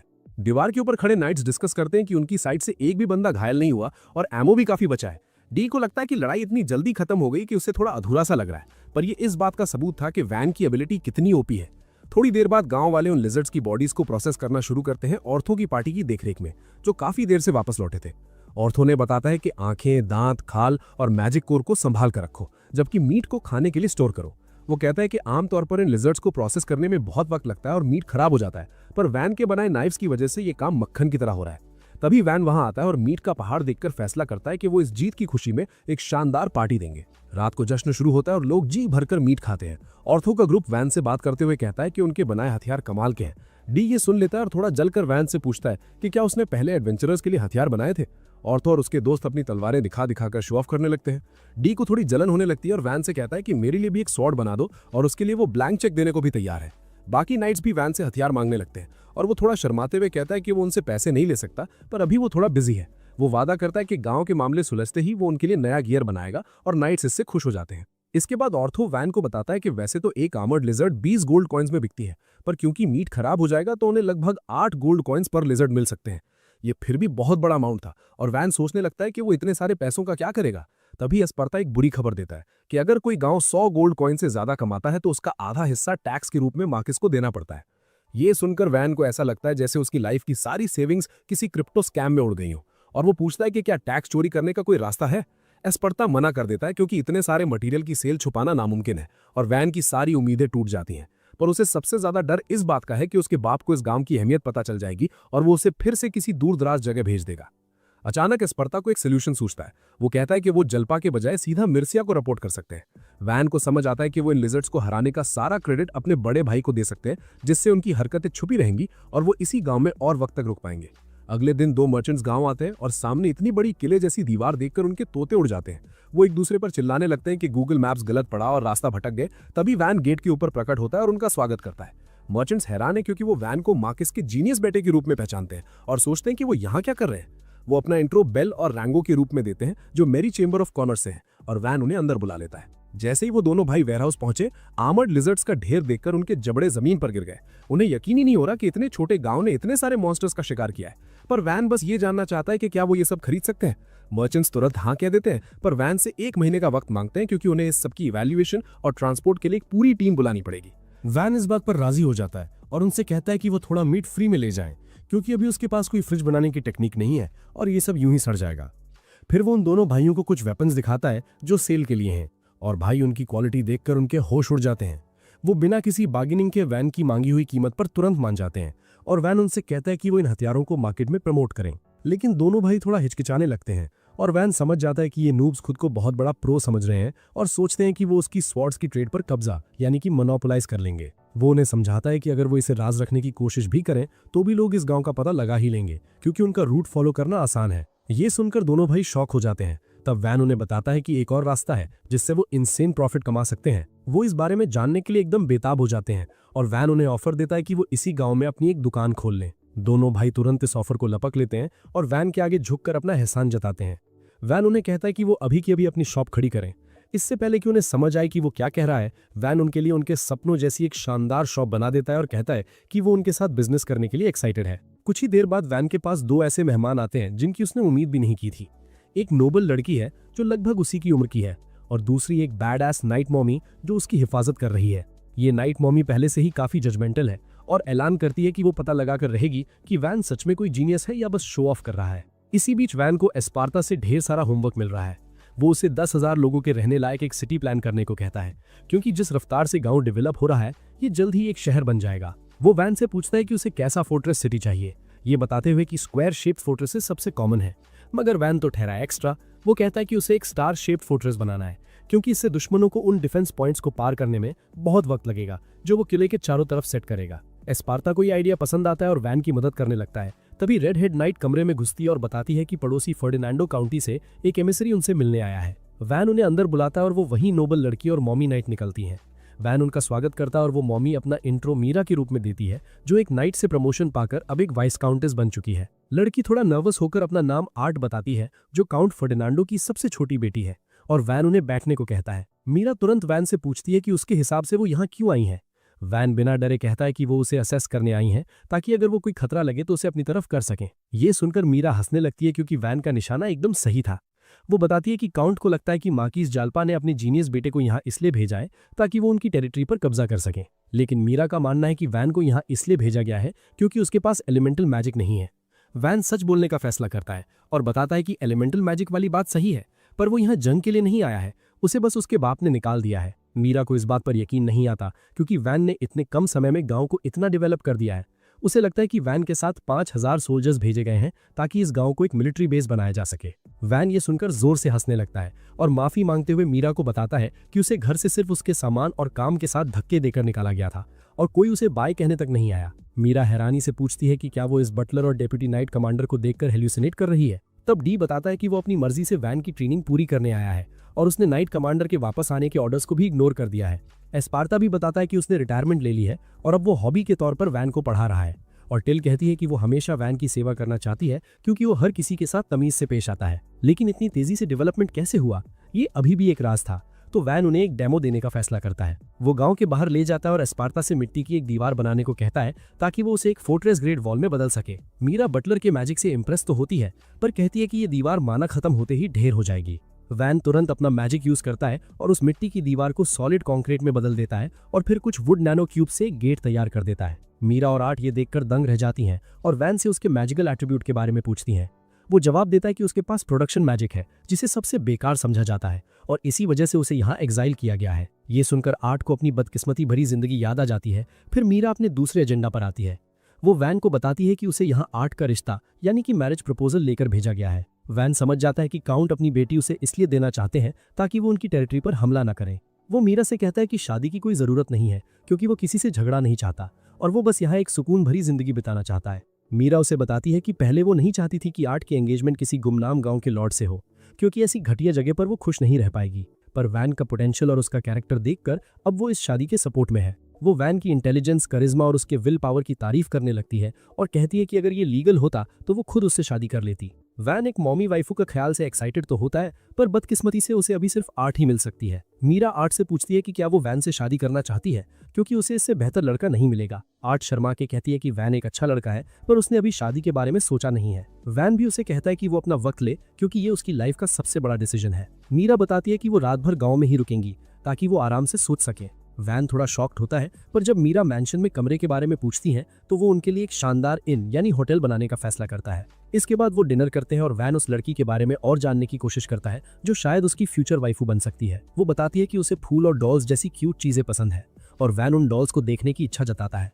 आर्ट खुश है कि कोई उसमें इंटरेस्ट ले रहा है और वो अपनी कैरेज में रखी डॉल्स दिखाने के लिए मान जाती है। बाद में वैन उन्हें इन तक छोड़ने जाता है और मीरा उन दोनों बच्चों को अकेला छोड़ देती है ताकि वो बात कर सकें। आर्ट वैन को नाइस गाय बोलकर अपने कमरे की तरफ भाग जाती है। वैन वापस मैंशन आता है जहां एस्पार्टा उसे समझाता है कि क्योंकि काउंट ने अपनी बेटी को एक नेमलेस विलेज के लॉर्ड से शादी के लिए भेजा है, इसका मतलब है कि उसके पास भी कोई एलिमेंटल मैजिक नहीं है। वैन को रियलाइज होता है कि आर्ट को भी उसकी तरह घर से निकाल दिया गया है और वो डिसाइड करता है कि अगर वो चाहे तो गाँव में रुक सकती है, भले ही उनकी एंगेजमेंट ना हो। अगली सुबह टिल और काम वैन को जल्दी में जगाते हैं और वो गुस्से में उनसे वजह पूछता है क्योंकि वो अपने सपने में सिडनी स्विनी को किस करने ही वाला था। टिल उसे समझाती है कि असल जिंदगी में उसके पास इससे कहीं ज्यादा इंपॉर्टेंट काम है और डी और एस्पार्टा पहले ही मौके पर पहुंच चुके हैं। वैन उनसे रिक्वेस्ट करता है कि कम से कम उसे ढंग से बताएं तो सही कि हो क्या रहा है। तब टिल कहती है कि उसे सब कुछ लेक वैन पहुंचकर खुद ही पता चल जाएगा, वही झील जो उसने कुछ दिन पहले बनाई थी। वैन ये जानकर काफी शॉक हो जाता है कि गांव वालों ने उस झील का नाम उसके नाम पर रख दिया है और वो तुरंत अपने दिमाग में एक नोट बनाता है कि उन्हें गांव का नाम अपने नाम पर रखने से रोकना होगा। वो जल्दी ही झील के किनारे पहुंचता है जहां पूरा गांव पहले से ही जमा था। डी उसे सीधा उस हंगामे की वजह तक ले जाता है जो असल में झील में छुपी एक नन्ही सी मरमेड थी। एस्पार्टा वैन को बताता है कि मरमेड्स आमतौर पर घने जंगलों की खूबसूरत नदियों में रहती हैं जहां इंसान उन्हें गंदा करने के लिए नहीं पहुंच सकते। लेकिन वैन की बनाई इस झील में कुछ मरमेड्स प्रकट हो गई हैं और कोई समझ नहीं पा रहा कि इतनी रेयर स्पीशीज इतनी दूर यहां तक कैसे आई। वैन फैसला करता है कि वो खुद मरमेड से बात करके उसके यहाँ आने का कारण जानेगा, पर वो उसके सवालों का कोई जवाब नहीं देती। वो सोचता है कि क्या ये बहरी है या इसे इंसानी जुबान समझ नहीं आती। फिर वो एक ऐसा नुस्खा निकालता है जो पक्का काम करेगा। वो टिल और काम को ढेर सारा मीट लाने का ऑर्डर देता है क्योंकि जैसा वैन ने सोचा था, खाने की भाषा हर कोई समझता है। रोस्टेड मीट को देखकर मरमेड उसकी तरफ तैरती हुई आती है और पूछती है कि क्या वो सच में इसे खा सकती है। वैन कहता है कि ये शक तुम्हारा ही है और जैसे ही मरमेड उसे खाती है उसे एहसास होता है कि ये तो उसी आर्मर्ड लिजर्ड का मांस है। वो पूछती है कि इन खतरनाक लिजर्ड्स को किसने हराया और इससे पहले कि वैन हम्बल बनकर गांव की टीम वर्क को क्रेडिट देता, सब लोग एक सुर में चिल्ला उठते हैं कि ये सब अकेले वैन ने किया है। मर्मेड ये जानकर काफी सैटिस्फाइड लगती है और वो तुरंत पानी के अंदर जाकर गायब हो जाती है। वैन सोचता है कि शायद वो जल्दी वापस आएगी, पर एस्पार्टा को ऐसा नहीं लगता क्योंकि मर्मेड्स बिग फुट से भी ज्यादा शाय होती हैं। पर हैरानी की बात यह थी कि अगले ही दिन पूरा का पूरा मर्मेड क्लैन वैन के दरवाजे पर हाजिर हो जाता है और उन्हें देखकर वैन के होश उड़ जाते हैं। उसे लगता है कि शायद वो इसलिए आए हैं क्योंकि उसने आर्मर्ड लिजर्ड्स को हराया था, और वो सोचता है कि क्या ये मर्मेड्स उन बड़े स्केली मॉन्स्टर्स की पूजा करती हैं। एस्पार्टा उसके इस आइडिया को एकदम बकवास बताता है और कहता है कि बेहतर होगा अगर हम सीधा उनसे ही पूछ लें। तभी मर्मेड्स का वो बड़ा और डरावना सा दिखने वाला लीडर आगे आता है और वैन का शुक्रिया अदा करता है कि उसने कल उसकी बेटी के साथ इतना अच्छा बर्ताव किया। वैन कहता है कि मोस्ट वेलकम, और फिर मर्मेड किंग पूछता है कि क्या सच में उसने उन आर्मर्ड लिजर्ड्स को धूल चटाई है। वैन हाँ तो कहता है, पर साथ में ये भी ऐड करता है कि ये एक टीम एफर्ट था। मगर उसकी ये बात कोई नहीं सुनता और सब आपस में फुसफुसाने लगते हैं कि एक छोटे से बच्चे ने इतने ताकतवर मॉन्स्टर्स को हरा दिया। मर्मेड किंग अचानक वैन को एक हीरो घोषित कर देता है और ऐलान करता है कि उसे उसकी बेटी लोटा से शादी करने की इजाजत है। वैन ये सुनकर थोड़ा घबरा जाता है और मर्मेड किंग उससे पूछता है कि क्या उसे लोटा पसंद नहीं आई। वो उसे यकीन दिलाता है कि जब लोटा बड़ी होगी तो वो सबसे बड़ी मम्मी बनेगी। लेकिन वैन सिर्फ प्रेजेंट को देख रहा है और वो मर्मेड किंग से कहता है कि उसकी बेटी अभी महज एक बच्ची है। वो कहता है कि लोटा को अभी शादी का एस भी नहीं पता, जबकि दूसरी तरफ वो लड़की उसे हमेशा के लिए बांधने की कोशिश कर रही है। वो किंग से पूछता है कि आखिर क्या वजह है जो वो उसका रिश्ता ऑफर कर रहे हैं। मर्मेड किंग बड़े दुख के साथ जवाब देता है कि उन्हें इंसानों के साथ रहना पसंद नहीं है, पर हाल ही में आर्मर्ड लिजर्ड्स ने उनके इलाके में घुसकर उनके बहुत से लोगों को मार दिया है, इसलिए वो अपनी बेटी का हाथ किसी भी ऐसे हीरो को देने को तैयार है जो उन्हें हरा सके। वैन अब उनका लॉजिक समझ जाता है और उनसे कहता है कि उन्हें अपने लोगों की हिफाजत के लिए बेटी का सौदा करने की जरूरत नहीं है। वो मर्मेड किंग से कहता है कि लोटा को बड़ी होकर अपनी मर्जी से शादी करने दे, क्योंकि वो उनकी मदद सिर्फ इंसानियत के नाते करेगा। मर्मेड किंग पूछता है कि क्या उनके लोग इस झील में रह सकते हैं, और वैन तुरंत उन्हें अपने गांव का हिस्सा बनाने के लिए राजी हो जाता है। वो झील के बीचों बीच तुरंत 2 शानदार फ्लोटिंग हाउसेस बना देता है और मर्मेड्स को वहां एकदम घर जैसा फील होने लगता है। तभी एस्पार्टा वैन को याद दिलाता है कि उन्हें सीवेज यानी गंदगी का कुछ करना होगा, और ये सुनकर मर्मेड किंग थोड़ा क्यूरियस हो जाता है। वैन उन्हें अपने गांव की आर्किटेक्चर समझाता है कि कैसे वो एक जॉइंट फ्लश सिस्टम यूज करके सारा कचरा सीवर्स के रास्ते दूर भेज देते हैं। मर्मेड किंग मदद का ऑफर करता है क्योंकि उसके लोग वाटर बेंडिंग में माहिर हैं और उनकी वजह से वैन का काम बहुत आसान हो जाता है। मर्मेड किंग कहता है कि सीवेज फ्लशिंग का काम अब से उनका है, क्योंकि एक सेफ जगह के बदले वो कम से कम इतना तो कर ही सकते हैं। तभी वहां आर्ट और मम्मी मीरा पहुंचती हैं और मर्मेड्स को देखकर उनके होश उड़ जाते हैं। मर्मेड किंग अचानक वैन को अपना दामाद कहकर पुकारता है और मदद के लिए थैंक यू कहता है, जिसे सुनकर दोनों इंसान लड़कियां शॉक हो जाती है। मीरा वैन से पूछती है कि क्या उसने मर्मेड से शादी कर ली, जबकि लाइन में पहला नंबर 8 का था। इससे पहले कि वैन ये कंफ्यूजन दूर करता, लोटा बड़े गर्व से ऐलान कर देती है कि वो वैन की पत्नी है। इस वजह से वैन और आर्ट के बीच माहौल थोड़ा गर्म हो जाता है, इसलिए वो अगले दिन उसे बोटिंग सेशन पर बुलाता है ताकि मिसअंडरस्टैंडिंग क्लियर कर सके। आर्ट उसे बताती है कि उसने पहले ही मम्मी से सारी डिटेल सुन ली है, इसलिए अब कोई कंफ्यूजन नहीं है। वैन ये सुनकर चैन की सांस लेता है और फिर आर्ट उसकी तारीफ करने लगती है कि कैसे उसने एक पूरी झील बना दी और गांव को इतना डेवलप कर दिया। तभी लोटा वहां वैन को ग्रीट करने आती है और जब वो उसे किसी दूसरी लड़की के साथ देखती है तो वो जलने लगती है, क्योंकि उसके दिमाग में तो वैन उसका पति बन चुका है। अचानक ढेर सारे मर्मेड बच्चे भी बोट के पास आ जाते हैं और वैन को मीट लॉर्ड कहकर पुकारने लगते हैं। वो मस्ती में बोट को इतना जोर से हिलाते हैं कि आर्ट अचानक फिसलकर वैन के ऊपर गिर जाती है। बच्चे सीन को बड़े मजे से देखते हैं। आर्ट नर्वस हो जाती है, पर लोटा और भी ज्यादा जेलस हो जाती है। वो फिर से वैन से पूछती है कि अजनबी लड़की उसके पति के साथ क्या कर रही है। वैन उसे याद दिलाता है कि उसने उसके पिता का ऑफर ठुकरा दिया था, इसलिए उनकी एंगेजमेंट तक नहीं हुई है। लोटा बस मुंह फुलाकर पानी के अंदर चली जाती है और बाकी मर्मेड बच्चे वैन पर चिल्लाने लगते हैं कि उसने उनकी प्रिंसेस को रुलाया है। वो बोट को इतना जोर से हिलाने लगते हैं कि आर्ट डर के मारे वैन को कस के पकड़ लेती है। वैन उन बच्चों को मीट की रिश्वत देने की कोशिश करता है, पर वो बिल्कुल नहीं मानते। बाद में खुद मर्मेड किंग वैन का सामना करने आता है और वैन बेचारा उसके सख्त एक्सप्रेशन को देखकर थर थर कांपने लगता है। मर्मेड किंग कहता है कि उसने लोटा से सुना है कि वैन किसी और लड़की के साथ फ्लर्टिंग कर रहा है, जबकि उसकी शादी पहले ही तय हो चुकी है। आर्ट ये सुनकर डर जाती है, पर वैन तुरंत साफ कर देता है कि उसने लोटा से शादी के लिए कभी हाँ नहीं बोला। लेकिन भाई मर्मेड किंग लॉजिक सुनने के मूड में बिल्कुल नहीं है। वो ऐलान कर देता है कि मर्फोक और वैन के लोगों के बीच एक तगड़ा कंपटीशन होगा। अगर मर्मेड्स जीत गईं तो वैन को ऑफिशियली लोटा के साथ अपनी शादी कबूल करनी पड़ेगी। वैन मना करने ही वाला होता है कि तभी डी अचानक उसकी तरफ से चैलेंज एक्सेप्ट कर लेता है। डी वैन से वादा करता है कि नाइट ऑर्डर का डेप्यूटी कमांडर होने के नाते वो उसे पक्का जीत दिलवाएगा।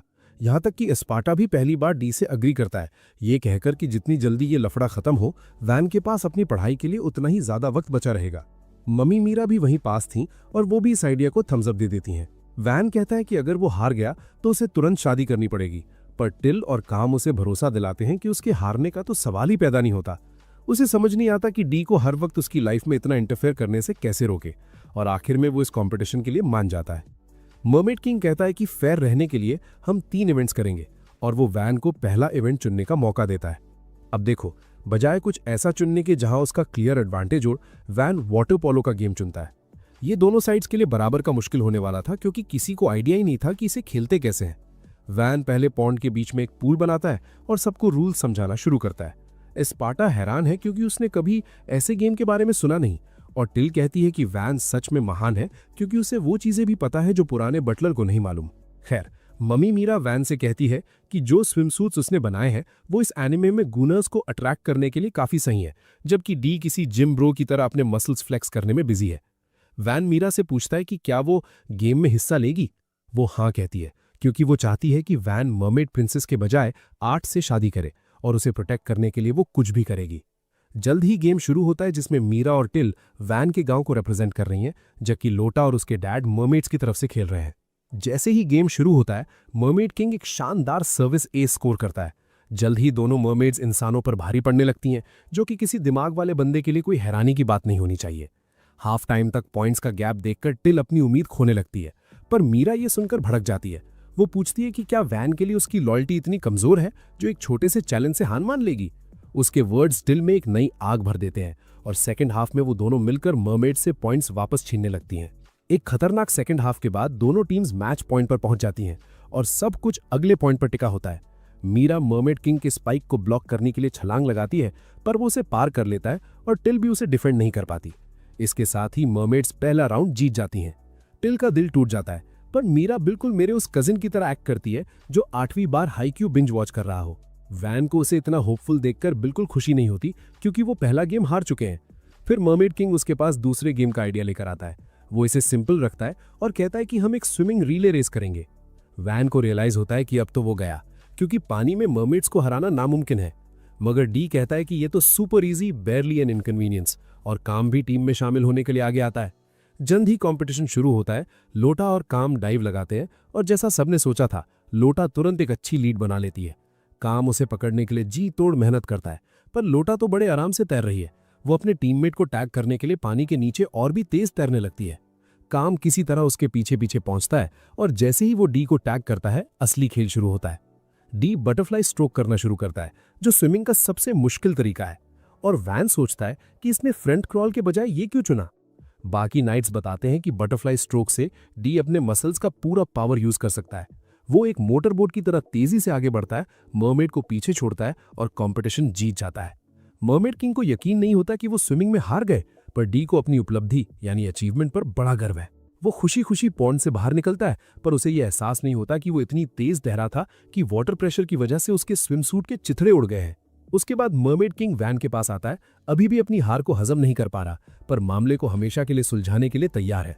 वो वैन से कहता है कि वो तीसरा और आखिरी गेम चुने, और वैन एक ऐसा आइडिया निकालता है जो दोनों साइड्स के लिए एकदम फेयर हो। वो एक आइस शेविंग मशीन बनाता है और प्लूरियल से कुछ बर्फ तैयार करने को कहता है, जिसे वो शेव करके उस पर फ्लेवर्ड सिरप्स डालता है। सब कंफ्यूज है कि आखिर करना क्या है। तब वैन बताता है कि आखिरी competition shaved ice eating contest है, और वो खुद इसमें हिस्सा लेगा। वो एक पार्टनर मानता है और आर्ट अपना हाथ उठाती है, जिसे देखकर सब हैरान हो जाते हैं। जल्द ही सब लोग मर्मेड के रेस्ट हाउस में जमा होते हैं, और चारों पार्टिसिपेंट्स के हाथ में शेव्ड आइस का एक बड़ा बोल होता है। वैन सोचता है कि ये कुछ ज्यादा ही बड़ा है, जबकि मीरा आर्ट से कहती है कि अभी भी वक्त है, वो उसकी जगह ले सकती है। पर आर्ट अपने फ्यूचर हस्बैंड के लिए लड़ना बंद नहीं करती, और जैसे ही स्पार्टा इशारा देता है, सब लोग तेजी से शेव्ड आइस खाना शुरू कर देते हैं। उनमें से एक भी बंदा उस ब्रेन फ्रीज से नहीं बचता जो बर्फ खाने से होता है, लेकिन मर्मेड किंग ने ठान ली है कि वो लोटा की शादी वैन से करवा कर रहेगा। वो ब्रेन फ्रीज को बर्दाश्त करता है और बर्फ खाता रहता है, और लोटा भी उसके पीछे पीछे वही करती है। वैन को लगता है कि अब वो हारने वाले हैं, तभी आर्ट अपने ब्रेन फ्रीज से निकलकर एक एक चम्मच करके बर्फ खाना शुरू करती है। इससे वैन को हिम्मत मिलती है, और वो भी फिर से खाने में लग जाता है।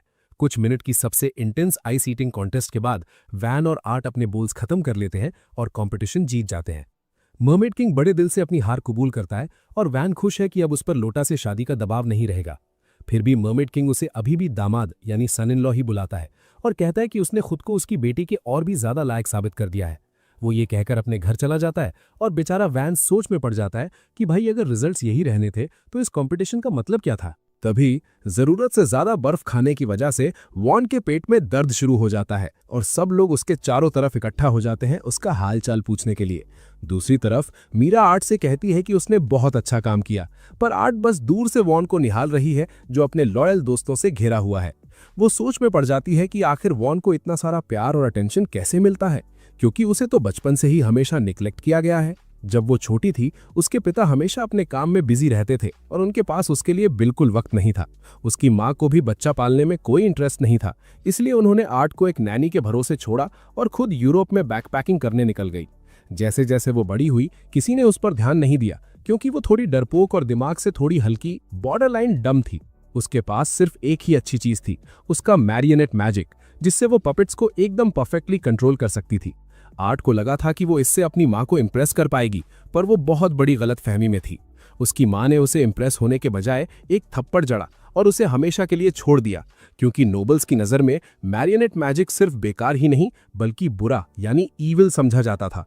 उसके बाद सबने उसे इग्नोर करना शुरू कर दिया और जब वो 10 साल की हुई तो उसके बाप ने उसे गुमनाम गांव के लॉर्ड से शादी करने के लिए भेज दिया। वो काफी परेशान थी, पर वॉन तो एक बहुत ही नेक दिल इंसान निकला। भले ही उसके पास एक यूजलेस मैजिक था, फिर भी वो पूरे कॉन्फिडेंस के साथ रहता था और हर कोई उससे प्यार करता था।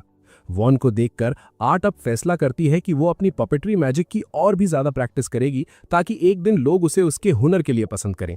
अगले दिन वॉन विलेजर्स को कुछ नए कंस्ट्रक्शन वर्क के लिए इकट्ठा करता है और रात को एक शानदार बारबेक्यू पार्टी का लालच देकर उन्हें पूरा हाइप कर देता है। तभी आर्ट वहां उसे ग्रीट करने आती है और पूछती है कि क्या वो उसे काम करते हुए देख सकती है, क्योंकि वो भी वॉन की तरह बनना चाहती है। अगले दिन वैन कहता है कि वो लोग गांव के फ्यूचर डेवलपमेंट को ध्यान में रखते हुए और भी रैम्पार्ट्स यानी बचाव की दीवारें बनाएंगे।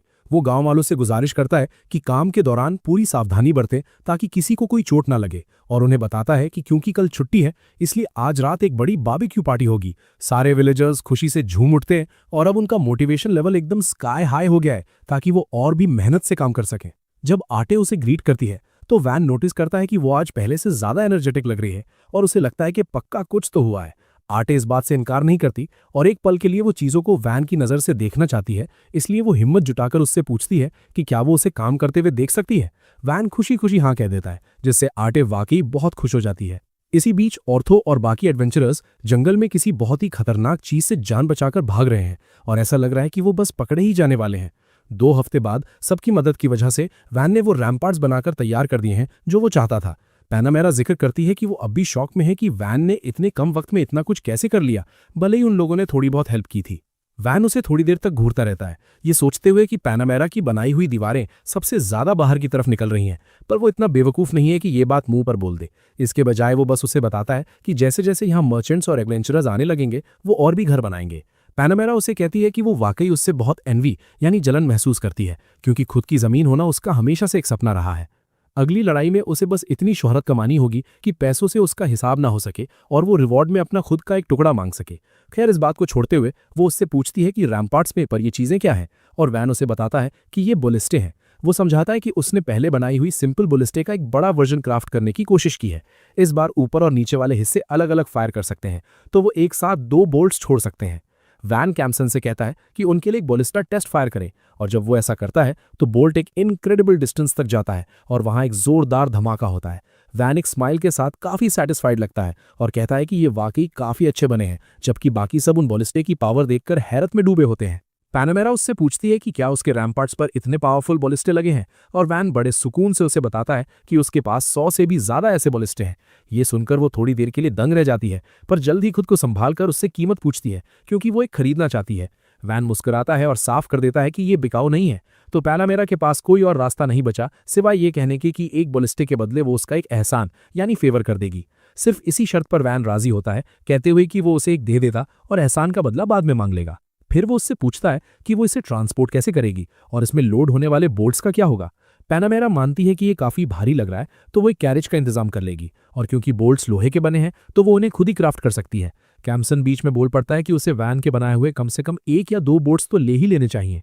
पैनामेरा को समझ नहीं आता कि क्यों, तो कैम्सन फैसला करता है कि वो उसे अपनी तलवार दिखाए और उसे गौर से देखने को कहता है। पहली नज़र में वो कहती है कि उसने ऐसी शेप वाली तलवार पहले कभी नहीं देखी और ऐसा लगता है कि ये आर्मर और शील्ड्स वाले दुश्मनों का आराम से काम तमाम कर देगी।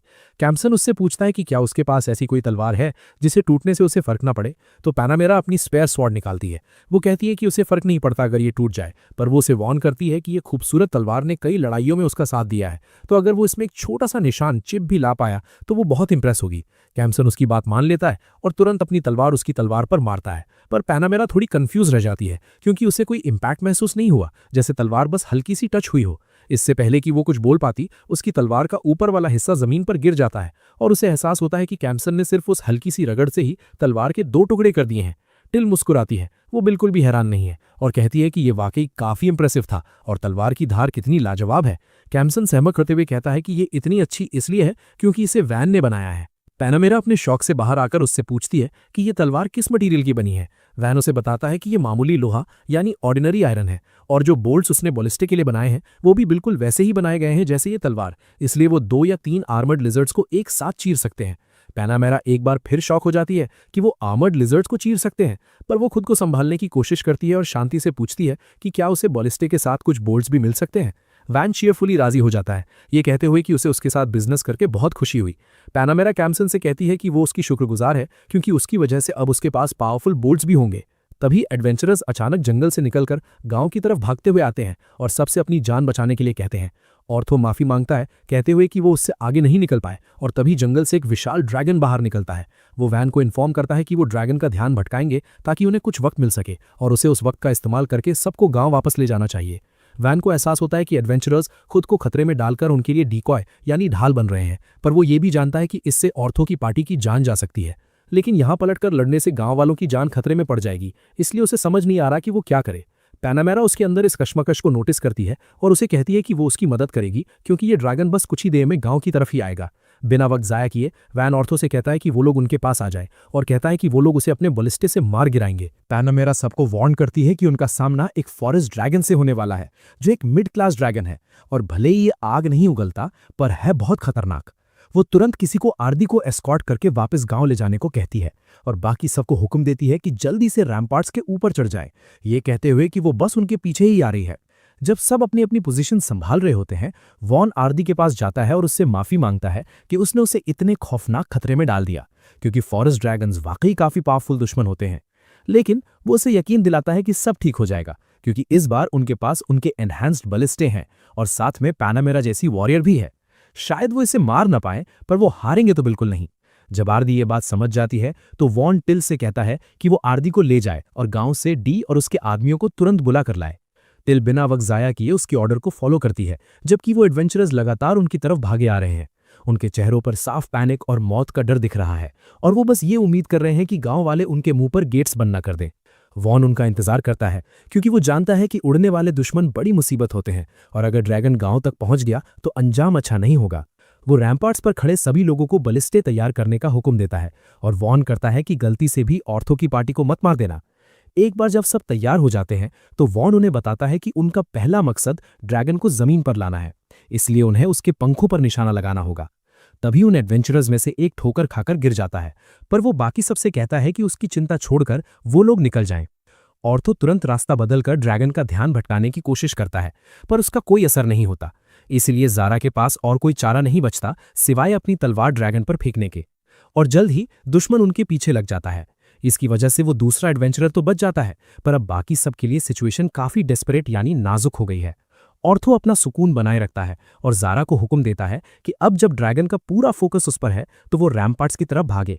ये सुनकर ज़ारा पैनिक करने लगता है, पर ऑर्थो से यकीन दिलाता है कि वो उनकी पार्टी का सबसे फास्ट मेंबर है और उसे पूरा भरोसा है कि वो जिंदा वापस पहुंच जाएगा। ज़ारा को नहीं पता कि ऑर्थो ये सच में कह रहा है या मजाक कर रहा है, पर वो भागना जारी रखता है और ऑर्थो सबसे कहता है कि वो उसकी कुर्बानी को कभी ना भूले। ये सुनकर ज़ारा और भी तेजी से भागने लगता है, ये कहते हुए कि वो इस बात का बदला जरूर लेगा। खैर, वॉन रैम्पार्ट्स पर सबसे कहता है कि जैसे ही ड्रैगन रेंज में आए उन्हें बलिस्टे फायर कर देना है, इससे पहले कि ड्रैगन ज़ारा को अपना नश्ता बना ले। भागते भागते ज़ारा किसी तरह ये बात सुन लेता है और वो वॉन से पूछता है कि क्या तुम पक्का मेरे साथ बुरा बनने की कोशिश नहीं कर रहे। जैसे ही ड्रैगन रेंज में आता है वो बलिस्टे फायर कर देते हैं, पर ड्रैगन बड़े आराम से उन बोल्ट्स को डॉज कर देता है और ज़ारा का पीछा जारी रखता है। पैनामेरा उससे कहती है कि उस ड्रैगन की रफ्तार रोकने के लिए वही सबसे बेस्ट है और वो अपने पहले वार का ऐलान करती है। वॉन ये देखकर थोड़ा सरप्राइज्ड होता है, पर उसे पहले से अंदाजा था, क्योंकि इतनी कम उम्र में काउंट की नज़र में आना और अपने कारनामों की वजह से विस्काउंटेस बनना कोई मामूली बात नहीं है। पैनामेरा बिना किसी शक के एक टॉप क्लास एलिमेंटल मेज है और उसकी कबीलियत अब सबके सामने जाहिर होने वाली है। रैम्पार्ट्स की चोटी पर खड़े होकर पैनामेरा अपनी एलिमेंटल मैजिक का इस्तेमाल करती है और अपने हाथ के ऊपर एक विशाल फायरबॉल इकट्ठा करती है। वो ड्रैगन पर एक पावरफुल फायर जैवलिन छोड़ती है जो उसे तुरंत नीचे गिरा देता है और वहां एक भयानक धमाका होता है। इतने लाजवाब स्ट्राइक के बावजूद कॉम्सन उन्हें वार्न करता है कि ड्रैगन अभी ढेर नहीं हुआ, क्योंकि वो अभी भी हिल रहा है। वॉन सिचुएशन की गंभीरता को समझता है और उसे एहसास होता है कि उन आर्मर्ड लिजर्ड्स को मारने के बाद वो थोड़ा मगरूर हो गया था, पर ये दुश्मन तो बिल्कुल अलग ही लेवल का है। जल्द ही ड्रैगन दोबारा खड़ा होता है और एक बार फिर आसमान में उड़ने लगता है, जैसे उसे कुछ हुआ ही ना हो। वॉन हिम्मत नहीं हारता और सबको सारे बलिस्टे फायर करने का ऑर्डर देता है, और भले ही ड्रैगन ज्यादातर बोल्ट्स को डॉज कर लेता है, पर वो उसके पंखों को भेदने में कामयाब हो जाते हैं। जैसे ही फॉरेस्ट ड्रैगन जमीन पर गिरता है, वॉन सारे बोल्ट्स एक साथ फायर करने का हुक्म देता है। ड्रैगन उनके दूसरे वॉली को पहचान लेता है और काफी तेजी के साथ सारे बोल्ट्स को डॉज कर देता है। इसी बीच एडवेंचरर्स जब गेट्स तक पहुंचते हैं तो सुकून की सांस लेते हैं, खुश होते हुए कि वो किसी तरह जिंदा बच गए। दूसरी तरफ ज़ारा औरतों को वॉर्न करता है कि उसके साथ जो सुलूक हुआ वो उसे भूलेगा नहीं, पर वॉन बस सबको सही सलामत देखकर खुश है। हालांकि वो जानता है कि अगर वो यहाँ रुके रहे तो खतरा बढ़ जाएगा, और वो चाहता तो है कि सब गांव वापस चले जाएं, पर इस सिचुएशन में वो नामुमकिन है। पैनामेरा अचानक उससे कहती है कि वो उसके लिए वक्त खरीदेगी और तुरंत एक और फायर जैवलिन से अटैक करती है। इस बार ड्रैगन इस अटैक को भी डॉज कर लेता है, पर पैनामेरा अपने अटैक का रास्ता बदल देती है ताकि वो उसे फिर भी लग जाए। इस बार धमाका पहले से भी कहीं बड़ा होता है और वॉन को एहसास होता है कि ये फायर मैजिक का असली पिनकल यानी शिखर है। अगर वो किसी ड्रैगन का सामना नहीं कर रही होती तो ये पावर और वर्सिटिलिटी दुश्मनों के लिए पक्का तबाही होती। पैनामेरा रैम्पार्ट से उतरकर उसके पास आती है और कहती है कि वो पहले वापस जाएगी और उसे रास्ते में ही रोकने की तैयारी करेगी। उसके जाने के बाद वॉन सबको ऑर्डर देता है कि वो इस मौके का फायदा उठाएं और गांव की तरफ भागे। वो सब तुरंत उसके ऑर्डर्स फॉलो करते हैं, जबकि पैनामेरा की आग ड्रैगन को लगातार जला रही थी और उसके पंखों को पूरी तरह राख कर देती है। भागते भागते वॉन एक पल के लिए पीछे मुड़कर देखता है और रैम्पार्ट्स पर उस फॉरेस्ट ड्रैगन को देखता है जो अपने पंख खोने के बाद गुस्से में पागल हो चुका है। पिछले अटैक से उसे काफी गहरे जख्म हुए होंगे, इसलिए वो हैरान है कि वो अब भी खड़ा है। एस्पार्टा बड़े सुकून से ड्रैगन की तरफ बढ़ता है, पर वॉन को समझ नहीं आता कि वो कर क्या रहा है, तो वो उसे जल्दी भागने को कहता है। पर एस्पार्टा नहीं रुकता, तो वॉन डेस्परेट होकर उससे कहती है कि जब तक वो उसके साथ नहीं चलेगा वो भी यहां से नहीं भागेगा। तभी एस्पार्टा रुकता है, ये कहते हुए कि ये तो वाकई मुसीबत वाली बात है। वो एस्पार्टा बेचारा वैन से रिक्वेस्ट करता है कि बस एक बार उसे थोड़ा वक्त खरीदने बाय टाइम दे, और फिर वो बाकी सबके साथ वापस निकल जाएगा। इससे पहले कि वैन कुछ जवाब भी दे पाता, वो भयानक फॉरेस्ट ड्रैगन सीधा एस्पार्टा के सामने लैंड करता है, पर हमारा ये बंदा अपनी जगह से हिलता तक नहीं। वो बड़े सुकून से अपनी एलिमेंटल मैजिक का इस्तेमाल करता है और मिट्टी की एक घुमावदार दीवार, कर्व्ड अर्थ वॉल खड़ी कर देता है, जो ड्रैगन के ऊपर तक पहुंच जाती है। देखते ही देखते मलबे के बड़े बड़े टुकड़े नीचे गिरते हैं, जो सीधा ड्रैगन के सर पर लगते हैं और उसे जिंदा दफन कर देते हैं। एस्पार्टा फिर वैन की तरफ मुड़ता है और कहता है कि इतना मलबा तो उन्हें काफी वक्त दिला देगा। वैन तो बस देखता ही रह जाता है, स्पीचलेस, कि एस्पार्टा इतने नॉनशरांट कैसे हो सकता है। मतलब भाई, ये तो कुछ ज्यादा ही कैजुअल था।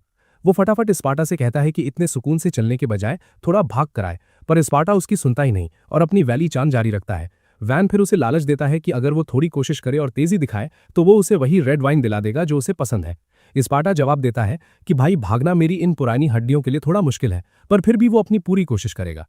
कैम्पसन वैन को तसल्ली देते हुए कहता है कि वो एस्पार्टा के साथ ही रुकेगा, इसलिए वैन को चाहिए कि वो आगे बढ़े और गांव के बचाव की कमान संभाले।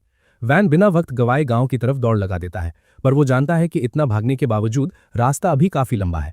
औरतों की पार्टी भी थकान के मारे लगभग गिरने वाली है, तो उसे और वक्त खरीदना ही होगा, वरना वो फॉरेस्ट ड्रैगन दोबारा उन पर टूट पड़ेगा। तभी पैनामेरा उसे इन्फॉर्म करती है कि वो लोग अपनी पोजीशंस पर पहुंच चुके हैं, तो वैन उससे पूछता है कि क्या वो अपना वो फेवर यानी एहसान अभी इस्तेमाल कर सकता है। वो बिना किसी नखरे के मान जाती है, तो वैन उससे कहता है कि जब ड्रैगन रैम्पार्ट्स तक पहुंचे तो वो वही मैजिक यूज करे जो उसने पहले की थी, ताकि ड्रैगन एक जगह जम जाए, और तभी हम लोग बैलिस्टे से उस पर हमलों की बारिश कर देंगे। पैनामेरा काफी सैटिस्फाइड लगती है और मानती है कि प्लान तो सॉलिड है। हालांकि उसने कभी सोचा नहीं था कि उसकी इतनी पावरफुल मैजिक सिर्फ किसी दुश्मन को एक जगह रोकने के लिए यूज होगी। वैन इसके लिए उससे माफी मांगता है और कहता है कि वो ड्रैगन का मीट उसके साथ शेयर करेगा, तो वो उम्मीद करता है कि वो उसे माफ कर देगी। पैनामेरा बस हंसती है और तुरंत मान जाती है, और ठीक उसी वक्त वो फॉरेस्ट ड्रैगन आखिरकार उस मलबे से बाहर निकल आता है। वैन तुरंत बैलिस्टिक को फायर करने के लिए तैयार होने को कहता है और वार्न करता है कि फायर करने से पहले उन्हें काफी पीछे हटना होगा। वो सोच रहा होता है कि काश थोड़ा और वक्त मिल जाता, और तभी डी, आर्ब और लॉ आखिरकार वहां पहुंच जाते हैं। डी और इंतजार नहीं करता और सीधा ड्रैगन की तरफ दौड़ लगा देता है। जबकि आर्ब और लॉ उसकी रफ्तार का मुकाबला नहीं कर पाते, तो वैन उनसे पूछता है कि क्या वो ठीक रहेंगे। डी उसे यकीन दिलाता है कि उनके पास वैन के बनाए हुए वेपन्स हैं, इसलिए वो पक्का सही सलामत रहेंगे। हालांकि जब डी की तलवार ड्रैगन के पंजों से टकराती है तो वो उन्हें चीर नहीं पाती जैसा उसने सोचा था। आर्ब और लॉ तुरंत उसका पीछे से बचाव करते हैं, पर वो फॉरेस्ट ड्रैगन सिर्फ एक ही झटके में उन सबको हवा में उड़ा देता है। तभी स्पार्टा बीच में आता है और उन्हें ड्रैगन से बचाने के लिए एक मिट्टी की दीवार खड़ी कर देता है। वैन स्पार्टा और कैम्सन को जल्दी करने को कहता है और डी अपने आदमियों के साथ पीछे हटने का फैसला करता है। वो सब ड्रैगन से दूर भागते हैं, पर उनकी कोशिशों ने दुश्मन को काफी करीब ला दिया है, तो वैन पैनामेरा को अपना काम करने को कहता है। पैनामेरा तुरंत अपनी एलिमेंटल मैजिक का यूज करके एक पावरफुल फ्लेयर ब्लास्ट छोड़ती है, जिससे एक भयानक धमाका होता है और फॉरेस्ट ड्रैगन आग की लपटों में घिर जाता है। बिना किसी देरी के वैन सारे बैलिस्टिक को एक साथ फायर करने का ऑर्डर देता है और जल्द ही वो फॉरेस्ट ड्रैगन हिलना डुलना बंद कर देता है। हर तरफ सन्नाटा छा जाता है, तो डी सावधानी से ड्रैगन के पास जाता है, जो अचानक अपना मुंह खोलता है और उसे खाने की कोशिश करता है। डी तुरंत रिएक्ट करता है और उससे बच निकलता है और अपनी तलवार से ड्रैगन का सर पूरी तरह तन से जुदा कर देता है। आखिरकार वैन सुकून की सांस लेता है और सबको बताता है कि वो जीत गए हैं और उन्हें अपनी इस जीत का जश्न मनाना चाहिए। आर्टे जल्द ही उसका हालचाल लेने उसके पास आती है और उसे सही सलामत देखकर उसकी जान में जान आती है। पैनामेरा उसे बताती है कि उसे भी कोई चोट नहीं आई है, इसलिए चिंता की कोई बात नहीं है। खैर, वो वैन से कहती है कि उसने बहुत अच्छे कमांड्स दिए और उसे ड्रैगन मारने के लिए बधाई देती है। वैन कहता है कि मामला वाकई काफी क्लोज था, पर पैनामेरा साफ करती है कि अगर कोई मामूली गांव वाले होते तो वो मैप से ही साफ हो गए होते। उसके बटलर स्पार्टा जैसे हीरोज जिसने ड्रैगन का सर एक ही बार में उड़ा दिया, वो रोज रोज नहीं मिलते। वैन मुस्कुराते हुए सहमत होता है और कहता है कि उसे गर्व है कि वो लोग उसके दोस्त हैं। पैनामेरा उसके सर पर हल्का सा मारकर कहती है कि उसके पास वो रिडिकुलस फोर्स वाले बैलिस्टे भी तो थे। उसे तो यकीन ही नहीं हो रहा कि वो ड्रैगन के स्केल्स यानी उसकी सख्त खाल को भेदने में कामयाब रहे हैं। इसके बावजूद वैन कहता है कि उसे अब इन्हें और भी अपग्रेड करना होगा, क्योंकि वो चाहता है कि ये कम से कम एक बार में 10 बोल्ट्स फायर कर सके। पैनामेरा बड़े सुकून से रिमार्क करती है कि उसे ऐसा लग रहा है जैसे वैन ने अभी कोई बहुत ही खौफनाक बात कही हो। वैन उसे तुरंत टाल देता है और कहता है कि अभी के लिए उन्हें एक ड्रैगन स्लिंग सेरेमनी रखनी चाहिए। पैनामेरा उसे बताती है कि जंग में सबसे बड़ा कारनामा करने वाले को ड्रैगन स्लेयर का खिताब मिलता है और वो डी होगा। वैन ये सुनकर थोड़ा हैरान होता है, क्योंकि इसका मतलब है कि डी अब एक ड्रैगन स्लेयर बनने वाला है। उस दिन बाद में वैन सारे विलेजर्स को इन्फॉर्म करता है कि उन्होंने जंगल के राजा उस ड्रैगन को ढेर कर दिया है। वो सब वहां उन लोगों के कारनामों का सम्मान यानी ऑनर करने के लिए इकट्ठा हुए हैं। वो अगला मौका पैनामेरा को देता है और उसका इंट्रोडक्शन हाउस काइन की हेड के तौर पर करवाता है। पैनामेरा कहती है कि जो ड्रैगन उन्होंने आज मारा है वो ज्यादातर गांव और कस्बों को मिटा चुका होता और बड़े बड़े फोर्ट्रेस सिटीज की हालत भी कुछ अच्छी नहीं होती। फिर भी इस छोटे से गांव ने न सिर्फ खुद को बचाया, बल्कि उनका कोई जानी नुकसान यानी नो कैजुअल्टीज भी नहीं हुआ। यहां तक कि टोटल डैमेज भी रैम्पार्ट्स और बैलिस्टे का एक छोटा सा हिस्सा था। पैनामेरा अनाउंस करती है कि अब वो उन नामों को पुकारेगी जिन्होंने इस लड़ाई में सबसे बड़ा योगदान दिया है। सबसे पहले हैं डी, हाउस फर्डियो के शिवलरिक ऑर्डर के डेप्यूटी कमांडर, जिन्होंने फॉरेस्ट ड्रैगन का सर एक ही झटके में उड़ा दिया और इस पूरी जंग का फैसला करने वाला डिसाइसिव ब्लो दिया। अगले हैं हमारे एक्सेप्शनल एलिमेंटल मेज एस्पार्टा, क्योंकि भाई उनके मैजिक के टैलेंट को शब्दों में बयान करना नामुमकिन है, जिसने ड्रैगन को एक जगह दबोचने में सबसे बड़ी हेल्प की। और आखिर में पैनामेरा जिक्र करती है हाउस फर्डियो के चौथे बेटे वैन ने फर्डियो का, क्योंकि 8 साल के बच्चे में ऐसी नॉलेज, डिसाइसिवनेस और जीनियस वाकई रेयर है, और उन्होंने अपने मैजिक का ऐसा अनोखा इस्तेमाल किया है कि इतने कम वक्त में इस गांव की डिफेंसेस को हद से ज्यादा मजबूत बना दिया। इस फॉरेस्ट ड्रैगन की लड़ाई में उन्होंने लॉर्डशिप संभाली और लॉर्ड होने के नाते अपने आदमियों को जीत की तरफ लीड किया। वैन मुस्कुराता है, वो साफ तौर पे थोड़ा सरप्राइज्ड है और अपनी मेहनत का रिकग्निशन मिलने पर काफी खुश दिख रहा है। पैनामेरा उसे एक स्माइल के साथ देखती है, क्योंकि एक मामूली नाइट से शुरुआत करके इस ऊंचाई तक पहुंचने के दौरान वो हर तरह के स्टेटस वाले लोगों से मिली है, पर वैन जैसा कोई दूसरा आज तक नहीं मिला। वो रॉयल कैपिटल में नाइट्स की एक पुरानी और लंबी खानदान लीनिएज में पैदा हुई थी, पर जब उसके मैजिक के एप्टीट्यूड का पता चला तो उसे तुरंत उस काउंटी को सौंप दिया गया जिसने सबसे अच्छी कंडीशंस ऑफर की थी। उसके ग्रूलिंग ट्रेनिंग ने उसे मौत की दुआ करने पर मजबूर कर दिया था और एक स्क्वाड कमांडर बनने की चाह में उसने अपनी नींद तक सैक्रिफाइस कर दी थी। उसके कारनामों को पहचान मिली और 16 साल की उम्र में उसे काउंटी के शिवलरिक ऑर्डर का कमांडर बना दिया गया। उसके बाद उसने कई लड़ाइयां लड़ी और इतनी शोहरत कमाई कि उसे एक नोबल बना दिया गया। राजा उसकी सक्सेस से इतने प्रभावित यानी डिलाइटेड हुए कि सिर्फ 6 साल बाद ही उसे वाइस काउंटेस का टाइटल दे दिया गया। फिर फिर एक दिन उसे काउंट फर्डिनांडो ने बुलाया, जिसने बताया कि वो अपनी सबसे छोटी बेटी की शादी किसी रिमोट इलाके के लॉर्ड से करवाना चाहता है। तभी वो पहली बार आटे से मिली थी और पैनामेरा ने अपनी तरफ से पूरी कोशिश की कि वो उसके साथ काइंड रहे। आखिरकार जब वो खुद बहुत पहले अपने पेरेंट्स को छोड़कर आई थी तो वो डर और एंग्जाइटी से भरी हुई थी, तो शायद वो खुद को आटे में देख रही थी, यानी प्रोजेक्टिंग हरसेल्फ। मगर उसके सारे डर फिजूल निकले, क्योंकि वैन से मिलने के बाद आटे ने खुद इनिशिएटिव लेना और चीजों को आगे बढ़ाना शुरू कर दिया था। इसीलिए पैनामेरा फैसला करती है और ऐलान करती है कि वो वैन ने फर्डियो के साथ एक इक्वल अलायंस यानी बराबरी का गठबंधन बनाएगी। अब तक उन्हें मार्केस से कोई सपोर्ट नहीं मिला है, पर अगर वो उसके साथ हाथ मिला लेते हैं तो वो उन्हें हर तरह के सपोर्ट का वादा करती है। उन्हें अब काउंट फर्डिनांडो के नाइट्स के हमले की चिंता करने की भी जरूरत नहीं पड़ेगी। वैन ये सुनकर काफी हैरान होता है, पर वो जानता है कि ये सच है। अगर वो अलायंस बनाता है तो वो दुश्मनों को दोस्तों में बदल देगा और इससे फाइनेंशियल हेल्प भी मिलेगी। पैनामेरा उसे कहती है कि उसने इस गांव को पलक झपकते ही डेवलप कर दिया है, तो अब उसे अपनी निशाना और भी ऊपर रखनी चाहिए। अगर वो उसके साथ इक्वल अलायंस करता है तो इस किंगडम के नोबल्स को जल्द ही पता चल जाएगा कि वैन ने फर्डियो उसका सबसे खास दोस्त है। वैन जानता है कि उसके पिता ने उसे पहले ही निकाल दिया है और नोबिलिटी में उसके कनेक्शंस ना के बराबर है, तो ये एक ऐसा बड़ा मौका है जो शायद उसे दोबारा कभी ना मिले। इसीलिए वो पैनामेरा का ऑफर एक्सेप्ट कर लेता है और उससे कहता है कि वो उम्मीद करता है कि उनकी दोस्ती हमेशा बनी रहेगी। अगले दिन वैन बस इस बात से खुश है कि उन्होंने उस फॉरेस्ट ड्रैगन को बिना किसी जानी नुकसान के हरा गया। एस्पार्टा उसे बताता है कि उसके बनाए हुए रैम्पार्ट्स ने अपना काम कर दिखाया, क्योंकि उनके बिना कहानी कुछ और ही होती। खैर, अब जब उसने इतने मजबूत रैम्पार्ट्स बना लिए हैं तो एस्पार्टा सुझाव देता है कि उसे अब सिटी प्लानिंग पर ध्यान देना चाहिए। वैन को तब याद आता है कि एस्पार्टा ने पहले कहा था कि उसे 10,000 लोगों के रहने लायक शहर बनाने का एम रखना चाहिए। एस्पार्टा समझाता है कि इसे पूरा करने और एक अट्रैक्टिव शहर बनाने के लिए उन्हें नए रेजिडेंट्स यानी रहने वालों की जरूरत पड़ेगी। वैन उसकी बात आराम से समझ जाता है, पर इससे पहले कि वो कुछ बोले, टिल उसके ऑफिस में आकर बताता है कि बेल और रैंगो मेरी चेंबर ऑफ कॉमर्स के लोगों के साथ वापस आ गए हैं। उन्होंने कहा कि वो फॉरेस्ट ड्रैगन के मटेरियल्स खरीदेंगे, तो वैन तुरंत उनसे मिलने जाने का फैसला करता है। जब वो ड्रैगन के पार्ट्स का इंस्पेक्शन कर रहे होते हैं, वैन सोचता है कि मेरी चेंबर ऑफ कॉमर्स के मर्चेंट्स उन्हें कितने में खरीदेंगे। रांगो उसे बताता है कि ये एक विशाल फॉरेस्ट ड्रैगन है और इसके स्केल्स, क्लॉज, धारदार दांत, फैंग्स और आंखें सब बहुत अच्छी कंडीशन में हैं, तो उसे कम से कम 100 प्लैटिनम तो मिल ही जाएंगे। वैन थोड़ा हिसाब लगाता है, क्योंकि अगर उसे सही याद है तो एक प्लैटिनम लगभग 100 मिलियन येन के बराबर होता है, जिसका मतलब है 100 प्लैटिनम यानी एक ड्रैगन की कीमत 10 बिलियन येन हुई। वैन ये जानकारी सुनकर दंग रह जाता है और पहली बार उसे लगता है कि उसका जैकपॉट लग गया है। मर्चेंट्स आखिरकार कंफर्म करते हैं कि एक असली ड्रैगन है, तो वो वैन से कहते हैं कि वो ये सारा माल मेरी चेंबर ऑफ कॉमर्स को सौंप दे। वो उसे यकीन दिलाते हैं कि वो सबसे रेप्यूटेबल ट्रेडर्स हैं और उन्हें रॉयल फैमिली का बैकिंग हासिल है, तो वो उसे सबसे ज्यादा प्राइस देंगे जो कोई और नहीं दे पाएगा। वैन ये सुनकर काफी एक्साइटेड हो जाता है और उनसे पूछता है कि वो इसे कितने में बेच सकते हैं।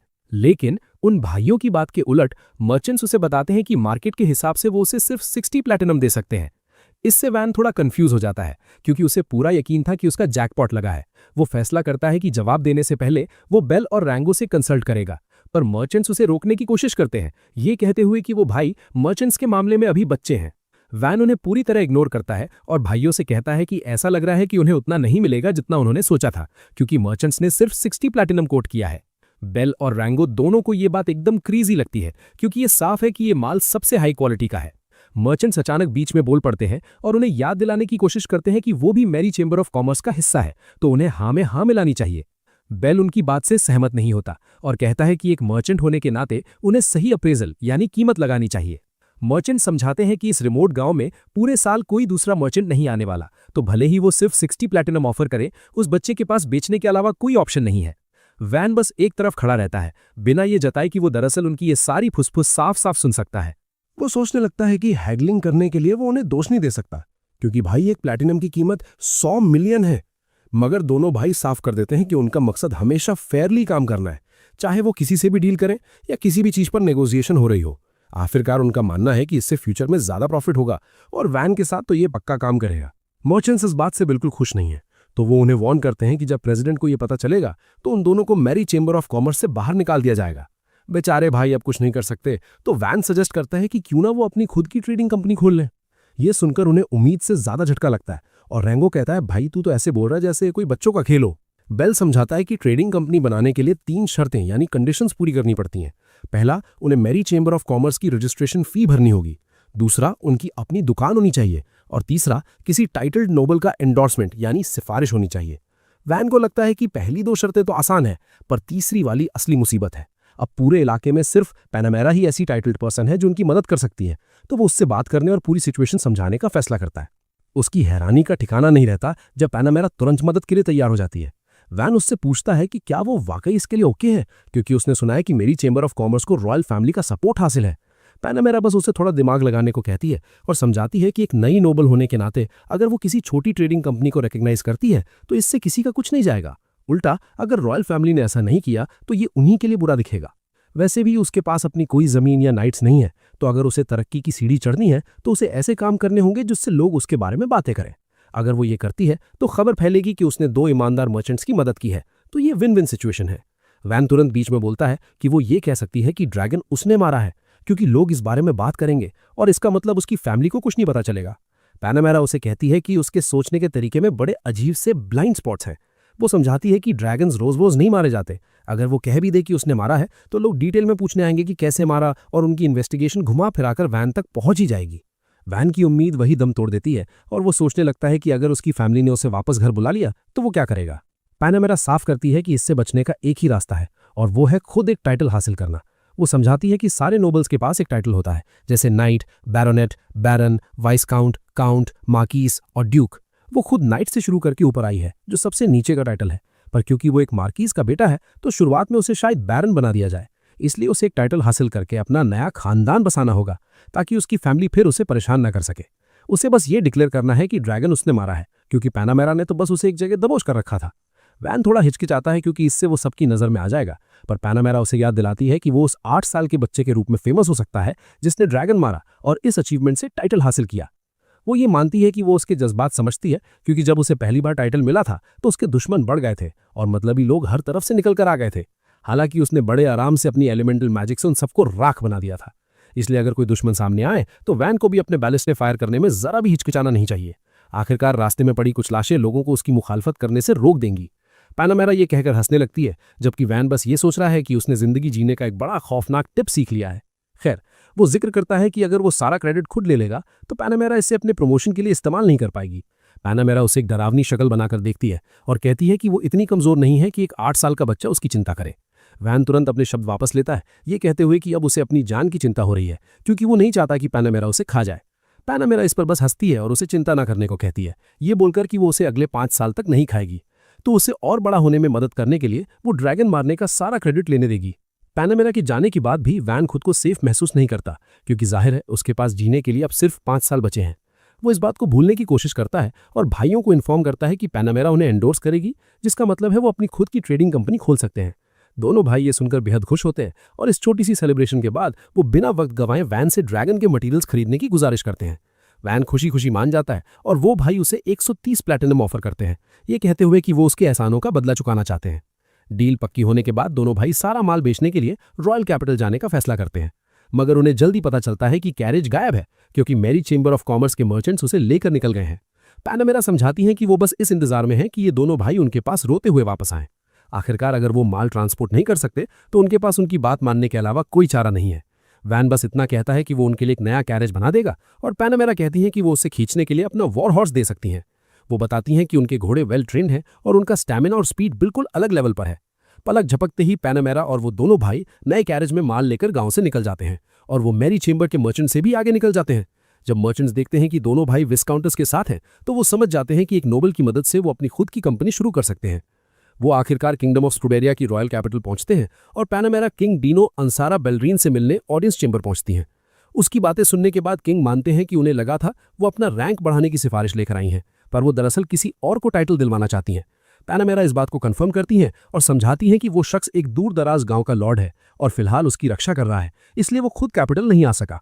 राजा उससे पूछते हैं कि वो ऐसे किसी शख्स को नोबिलिटी में रेकमेंड क्यों कर रही है, तो पैनामेरा उन्हें बताती है कि ये उसके अब तक के महान कामों के लिए है, और उसके पोटेंशियल की ये बात तुरंत राजा का ध्यान खींच लेती है, क्योंकि पैनामेरा की अपनी काबिलियत को देखते हुए अगर वो किसी की सिफारिश कर रही है तो इसका मतलब है कि वो वाकई कुछ बड़ा एक्सपेक्ट कर सकते हैं।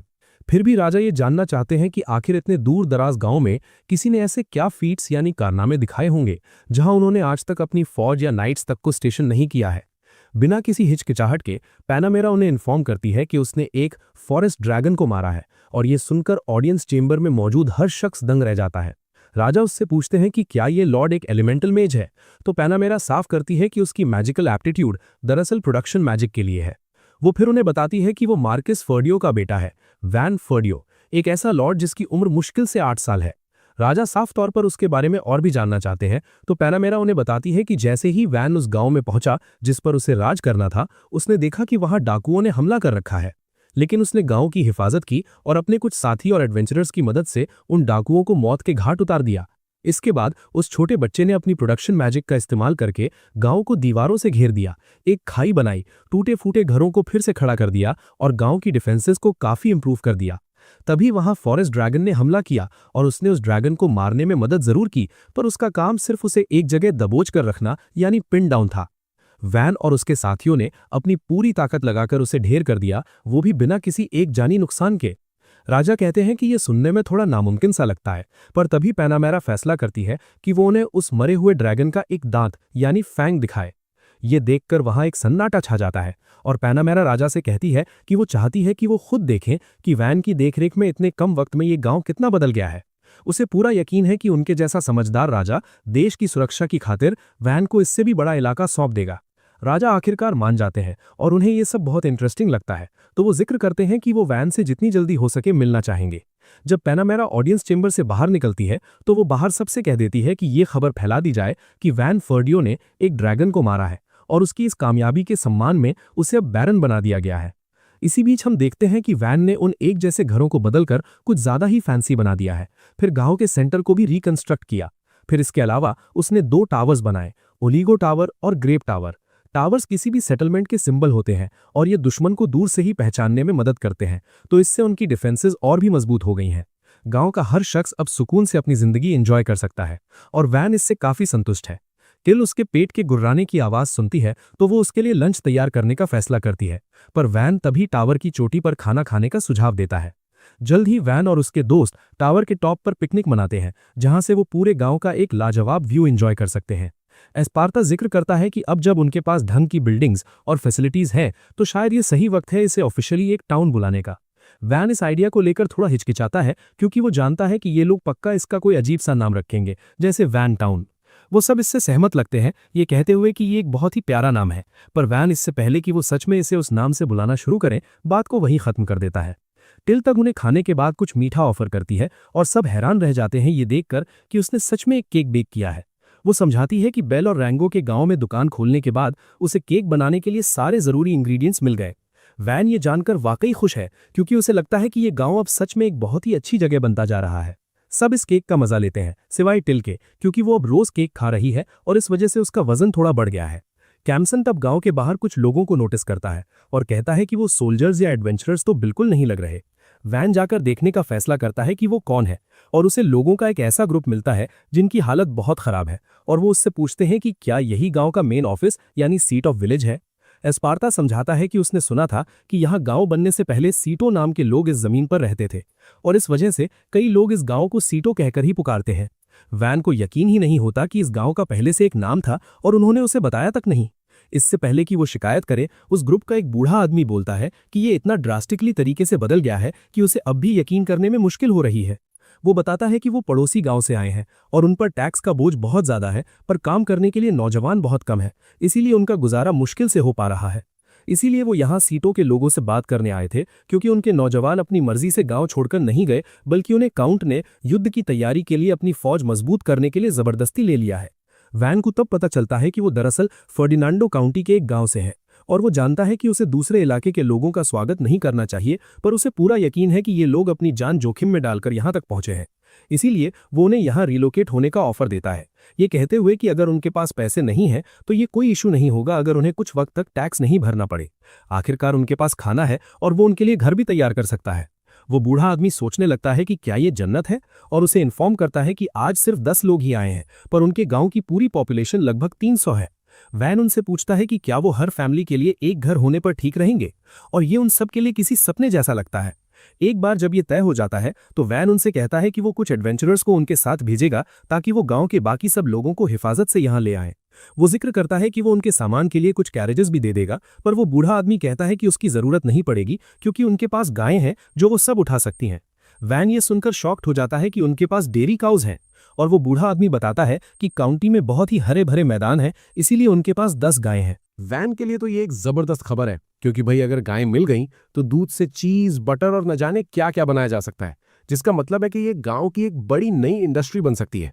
देखते ही देखते एडवेंचरर्स उस पड़ोसी गांव की तरफ निकल पड़ते हैं ताकि सभी लोगों को हिफाजत से सियाटल ले आएं। जरा और ऑर्थो दोनों ही वैन की इस जेनरोसिटी यानी इतनी बड़ी दरियादिली देखकर दंग है, क्योंकि वो यूं ही 300 लोगों को पनाह दे रहा है और ऊपर से इस क्वेस्ट का रिवॉर्ड भी हद से ज्यादा लाजवाब है।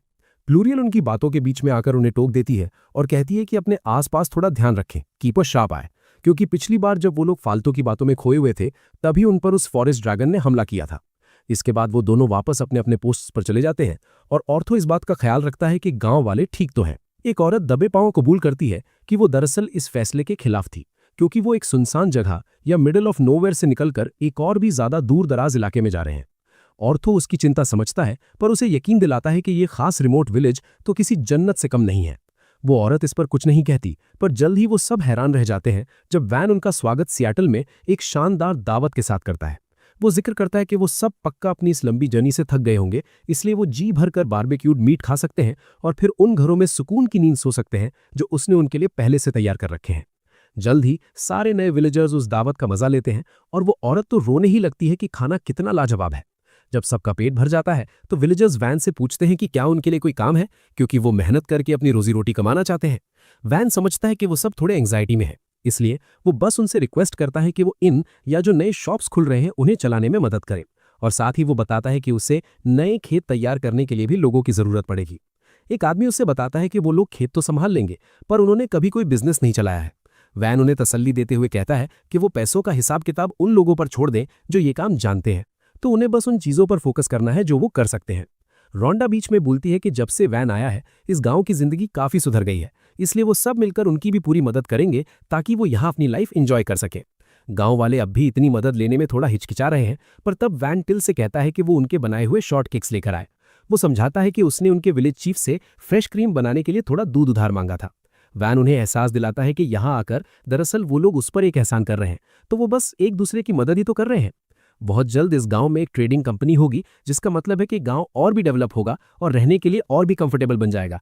इसलिए वो उम्मीद करता है कि वो सब रिलैक्स करें और अपनी नई लाइफ का मजा लें। वो औरत आखिरकार मान जाती है कि शायद वो वाकई यहाँ एक अच्छी जिंदगी जी सकती है, और बाकी विलेजर्स भी उसकी बात से सहमत होते हैं।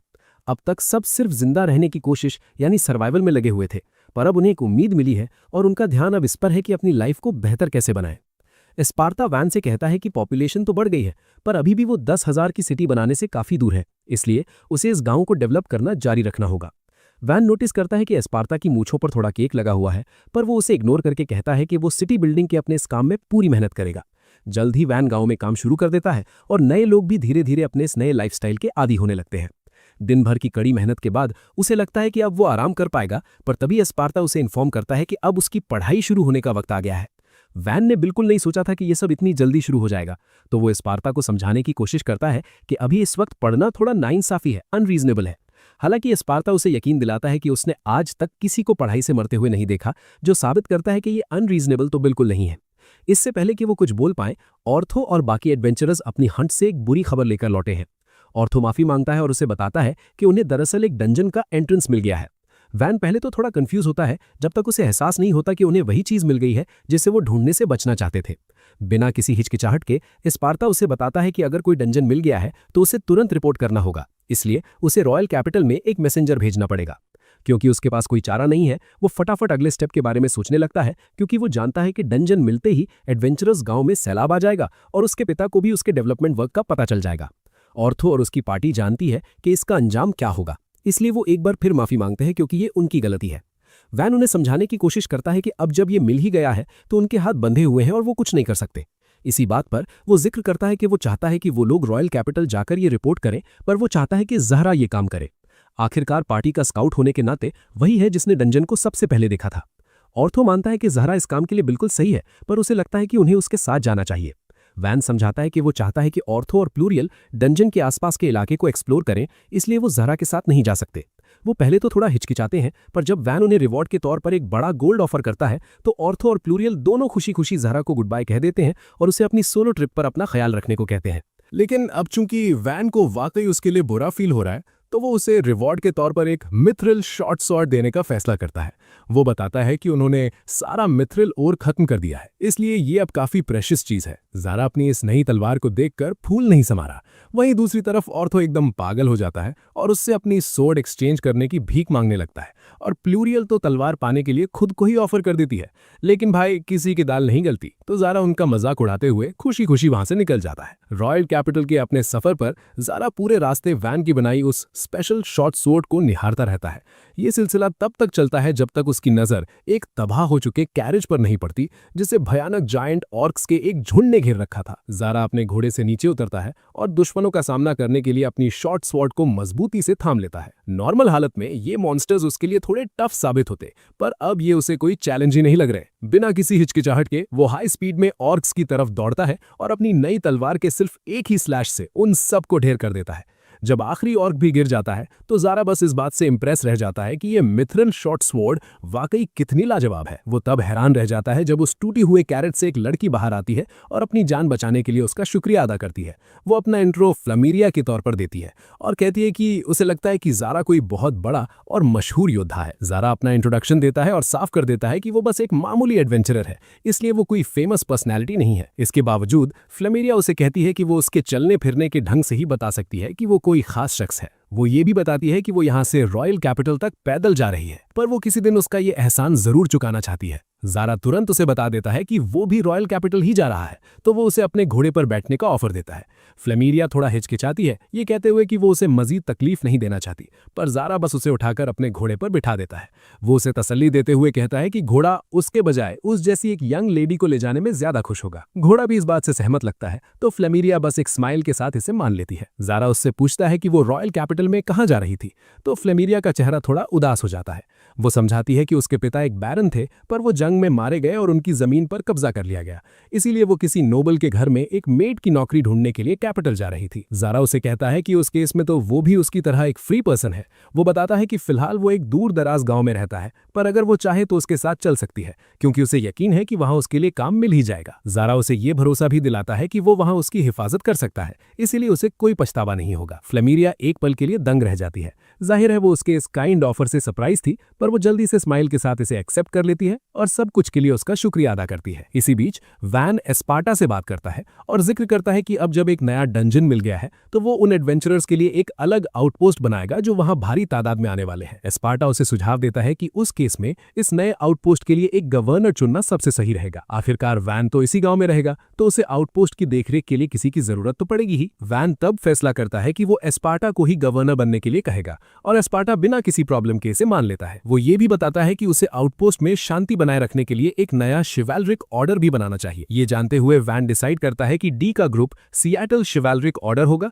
और वो नए आउटपोस्ट में एस्पार्टा शिवैलरिक ऑर्डर बनाएंगे। एस्पार्टा बस एकदम सीधे चेहरे से उसे घूरता है और पूछता है कि क्या ये उसका बदला पेबैक है, पर वैन बच्चा बनकर नाटक करता है और कहता है कि वो तो सिर्फ 8 साल का है, उसे नहीं पता वो किस बारे में बात कर रहा है। उस दिन बाद में वैन कुछ विलेजर्स की मदद से नया आउटपोस्ट बनाने का काम शुरू करता है।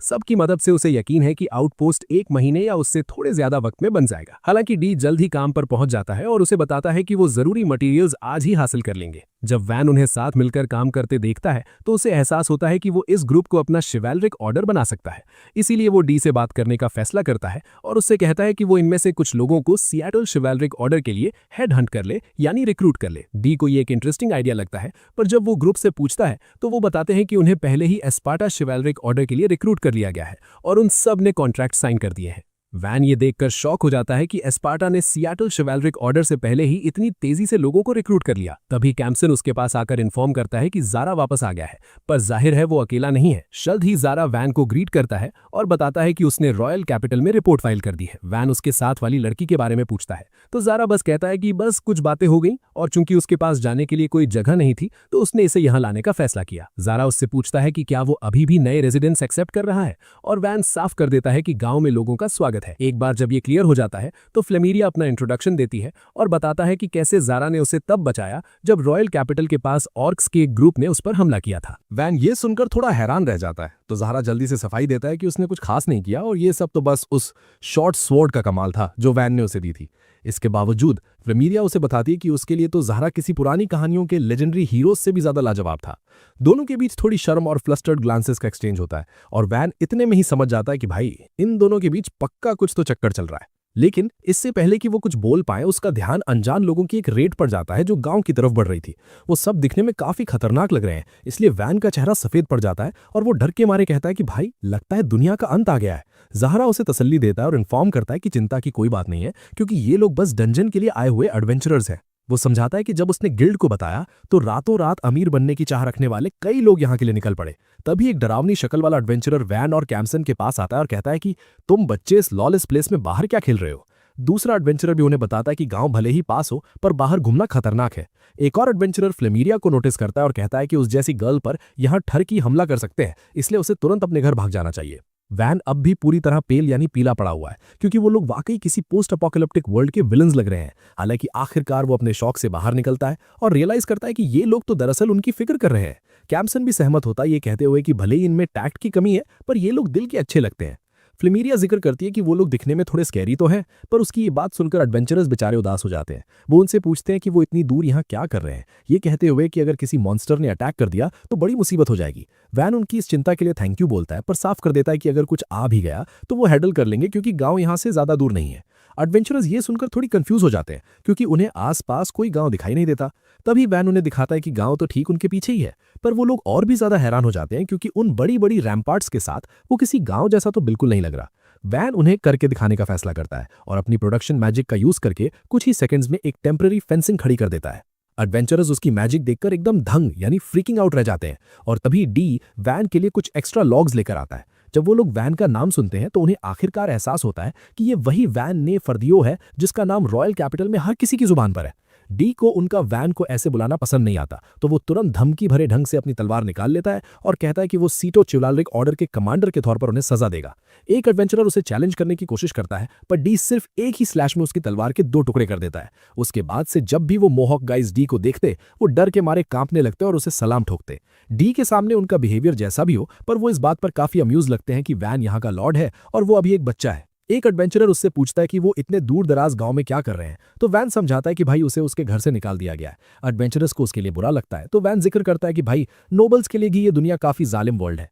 ऑर्थो और बाकी एडवेंचरर्स जल्द ही डंजन से लौटते हैं और वो ये देखकर सरप्राइज्ड हैं कि उनके इतने सारे राइवल्स पहले ही आ गए हैं। वो ज़ाहरा के साथ उस औरत को देखकर भी हैरान है जो उम्मीद से काफी पहले लौट आया था।